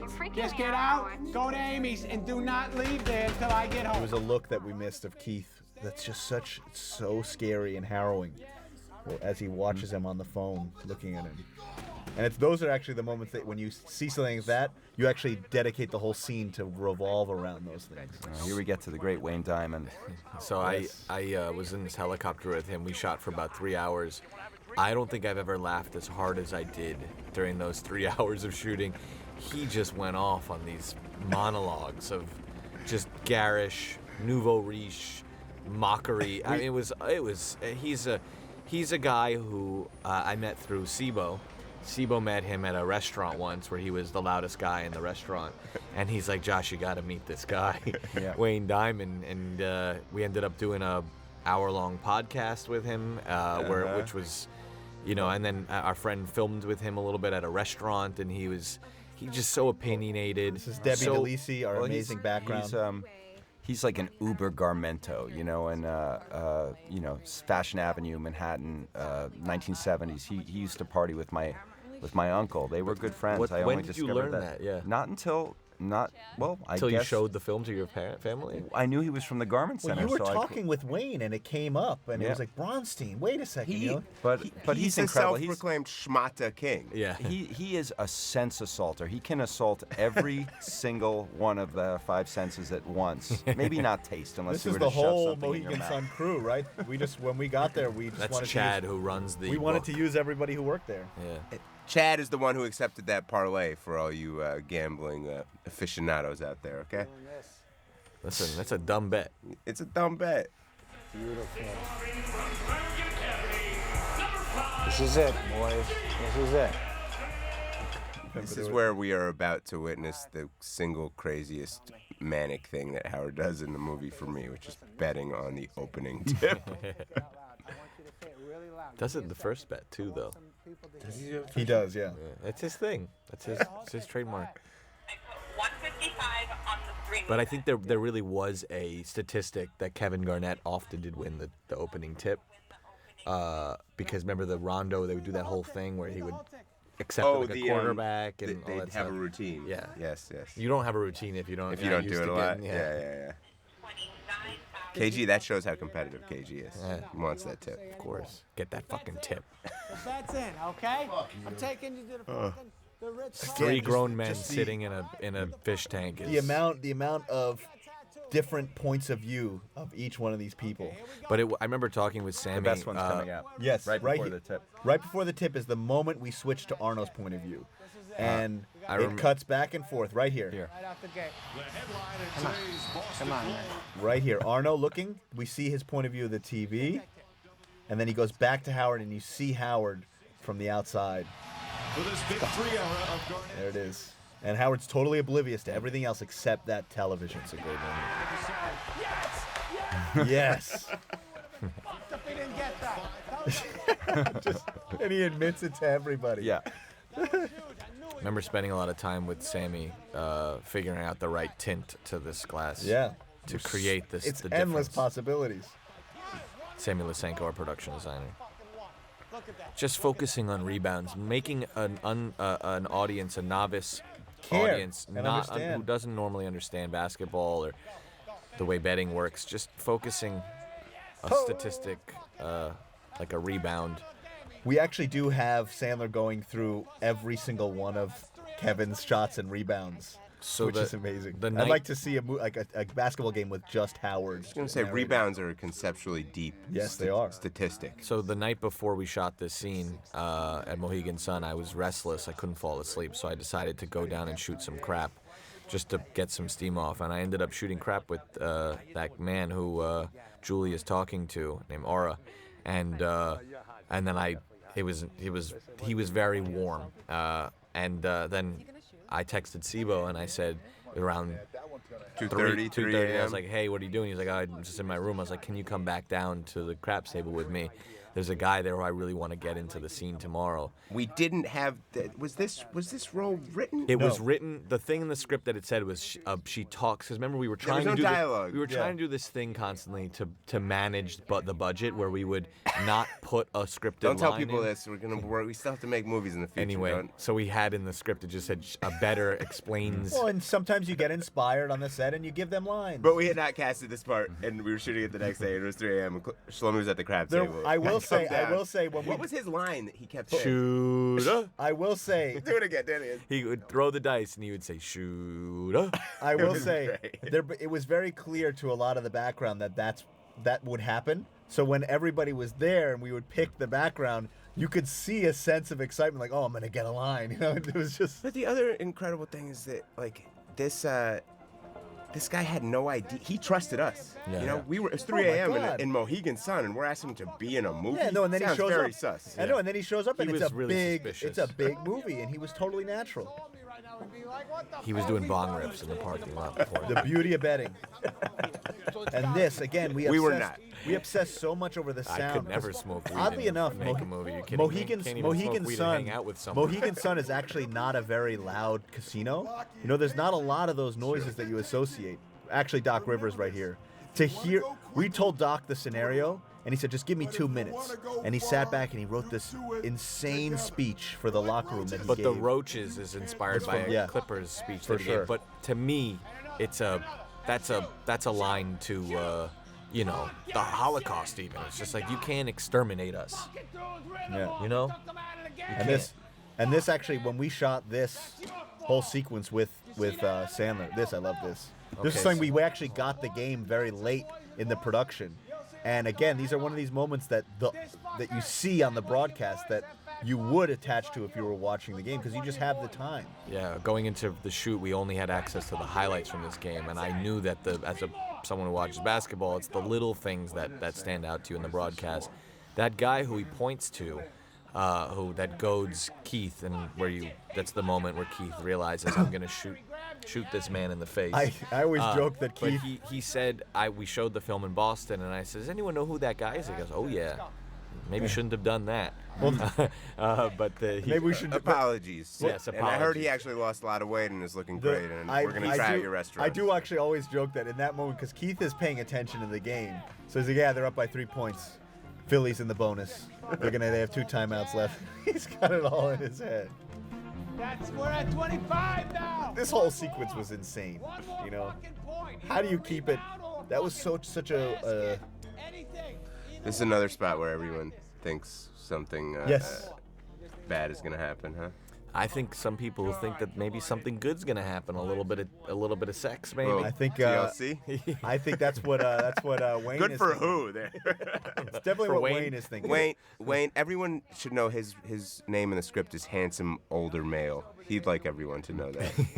It's high roller. And I love that he's got the iPad. Yeah, and also obviously just the classic sleazy move. I'm gonna get in the shower. Yeah. Well, I wish we could keep the actual outtake of how proud Oh, yeah. he was of how good he was at showering. He was the best at showering. Yeah, he improvised a bunch of lines. He's like, I'm gonna take a shower. I'm the best at showering. Oh, There's I'm no the one best, better the way than I me. wash. There's no one better than me at getting showered. I get the cleanest. When I'm done with the shower, nothing is dirty. It's all clean. And then later, when he shows up with the towel, he goes, "Put me in a towel. No one looks better than me in a towel." He has an unbelievable skill set, very diverse. This was washing and wearing a towel. This was tough. Look, the score is love only Wayne. Love you, 57-54. I love you. Look at him. I love him. 68-73 in the fourth.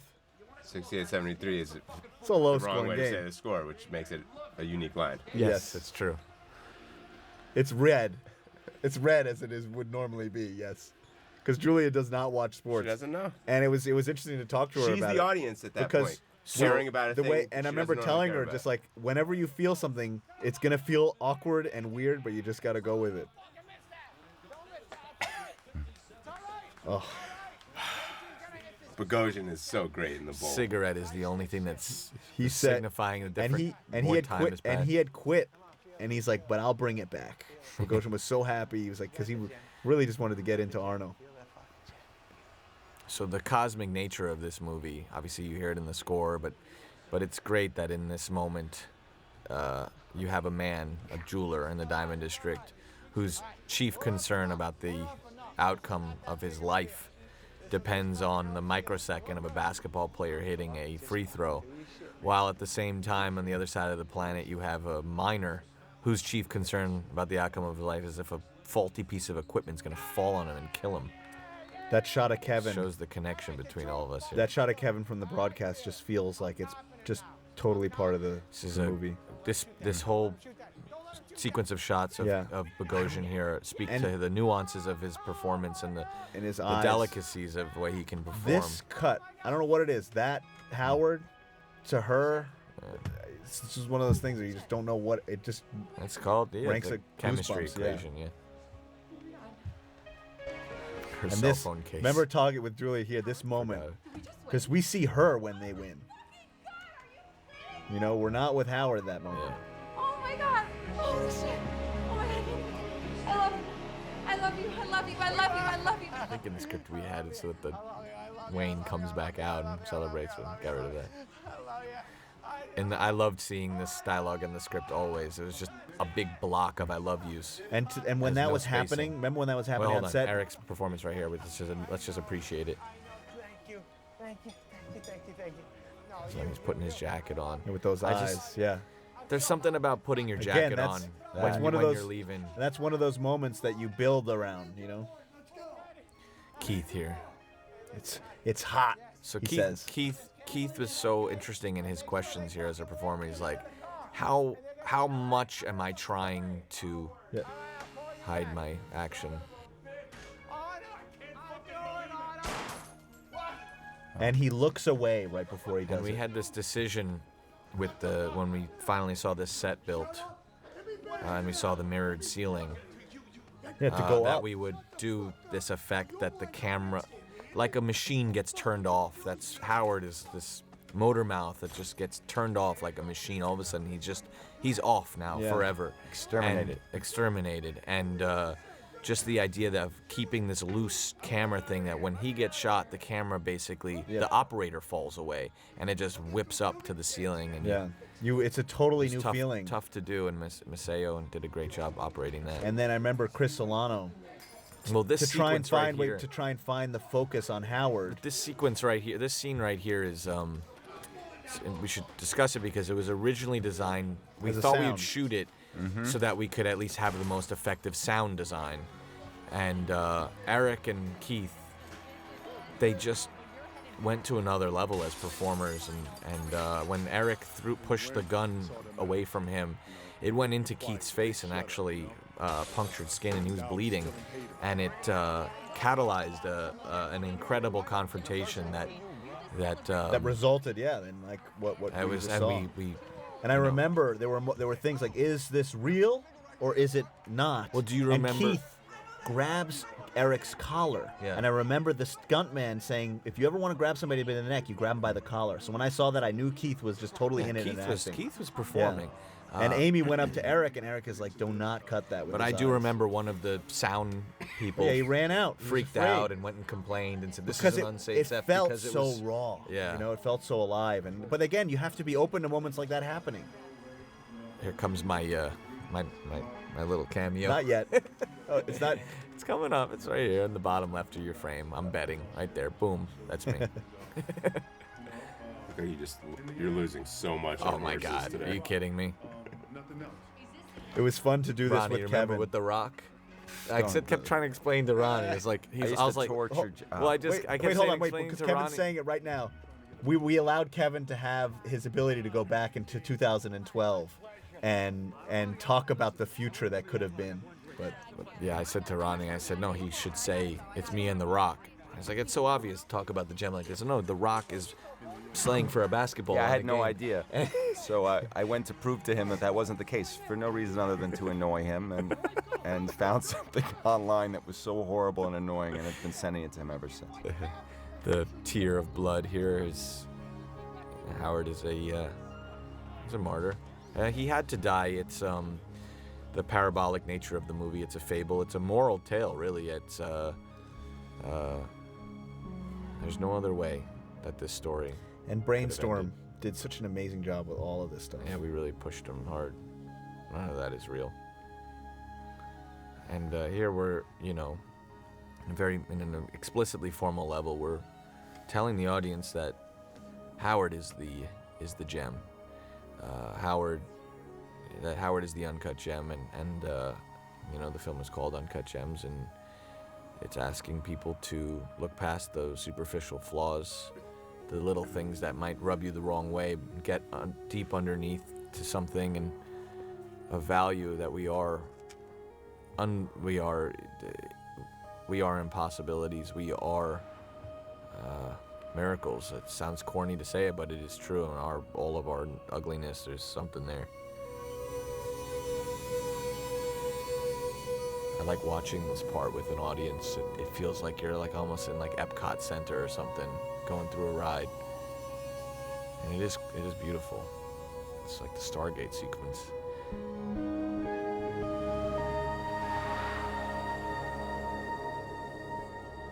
Actually, the song here that comes up for the credit sequence is the song that we've had in the script for about 8 years. It's the song that lives with Howie. And then we're left with the stars. What? Who's gonna? Ronnie, you want to read all the credits? No. Thank you for listening. And if that was your first time watching, I hope you You're enjoyed. a psychopath. Yeah, if that was the don't. first Come time on, watching, Benny. You're encouraging this. I am encouraging it. I'm telling you, there's somebody out there who does it. No. There is. There has to be. What? There's someone who just likes watching with an audience? Yes. And they want, or Mystery Science Theater type thing. I don't know. That's what Mystery Science Theater is. A lot of people haven't seen those movies. You watch it with people talking about it. I mean, do you guys want to continue watching this right now? I we're think good. we can go. Thank you to everybody who's on this list. Yeah, you did thank you. such amazing work, and we wouldn't have been able to do it. And if you've listened to this entire commentary, please send an email to uncutgem@kmhgemsandjewelry.com, and you will receive a very special prize for your dedication. Friends your of Howie interest. discount? It's a Friends of Howie discount. Send that email, and if you get a bounce back, just keep sending it. Yeah. Eventually it'll reach someone, and your appreciation will be felt. Right. People survive face shots all the time. That is true. Thank you, everybody. Thank you for listening.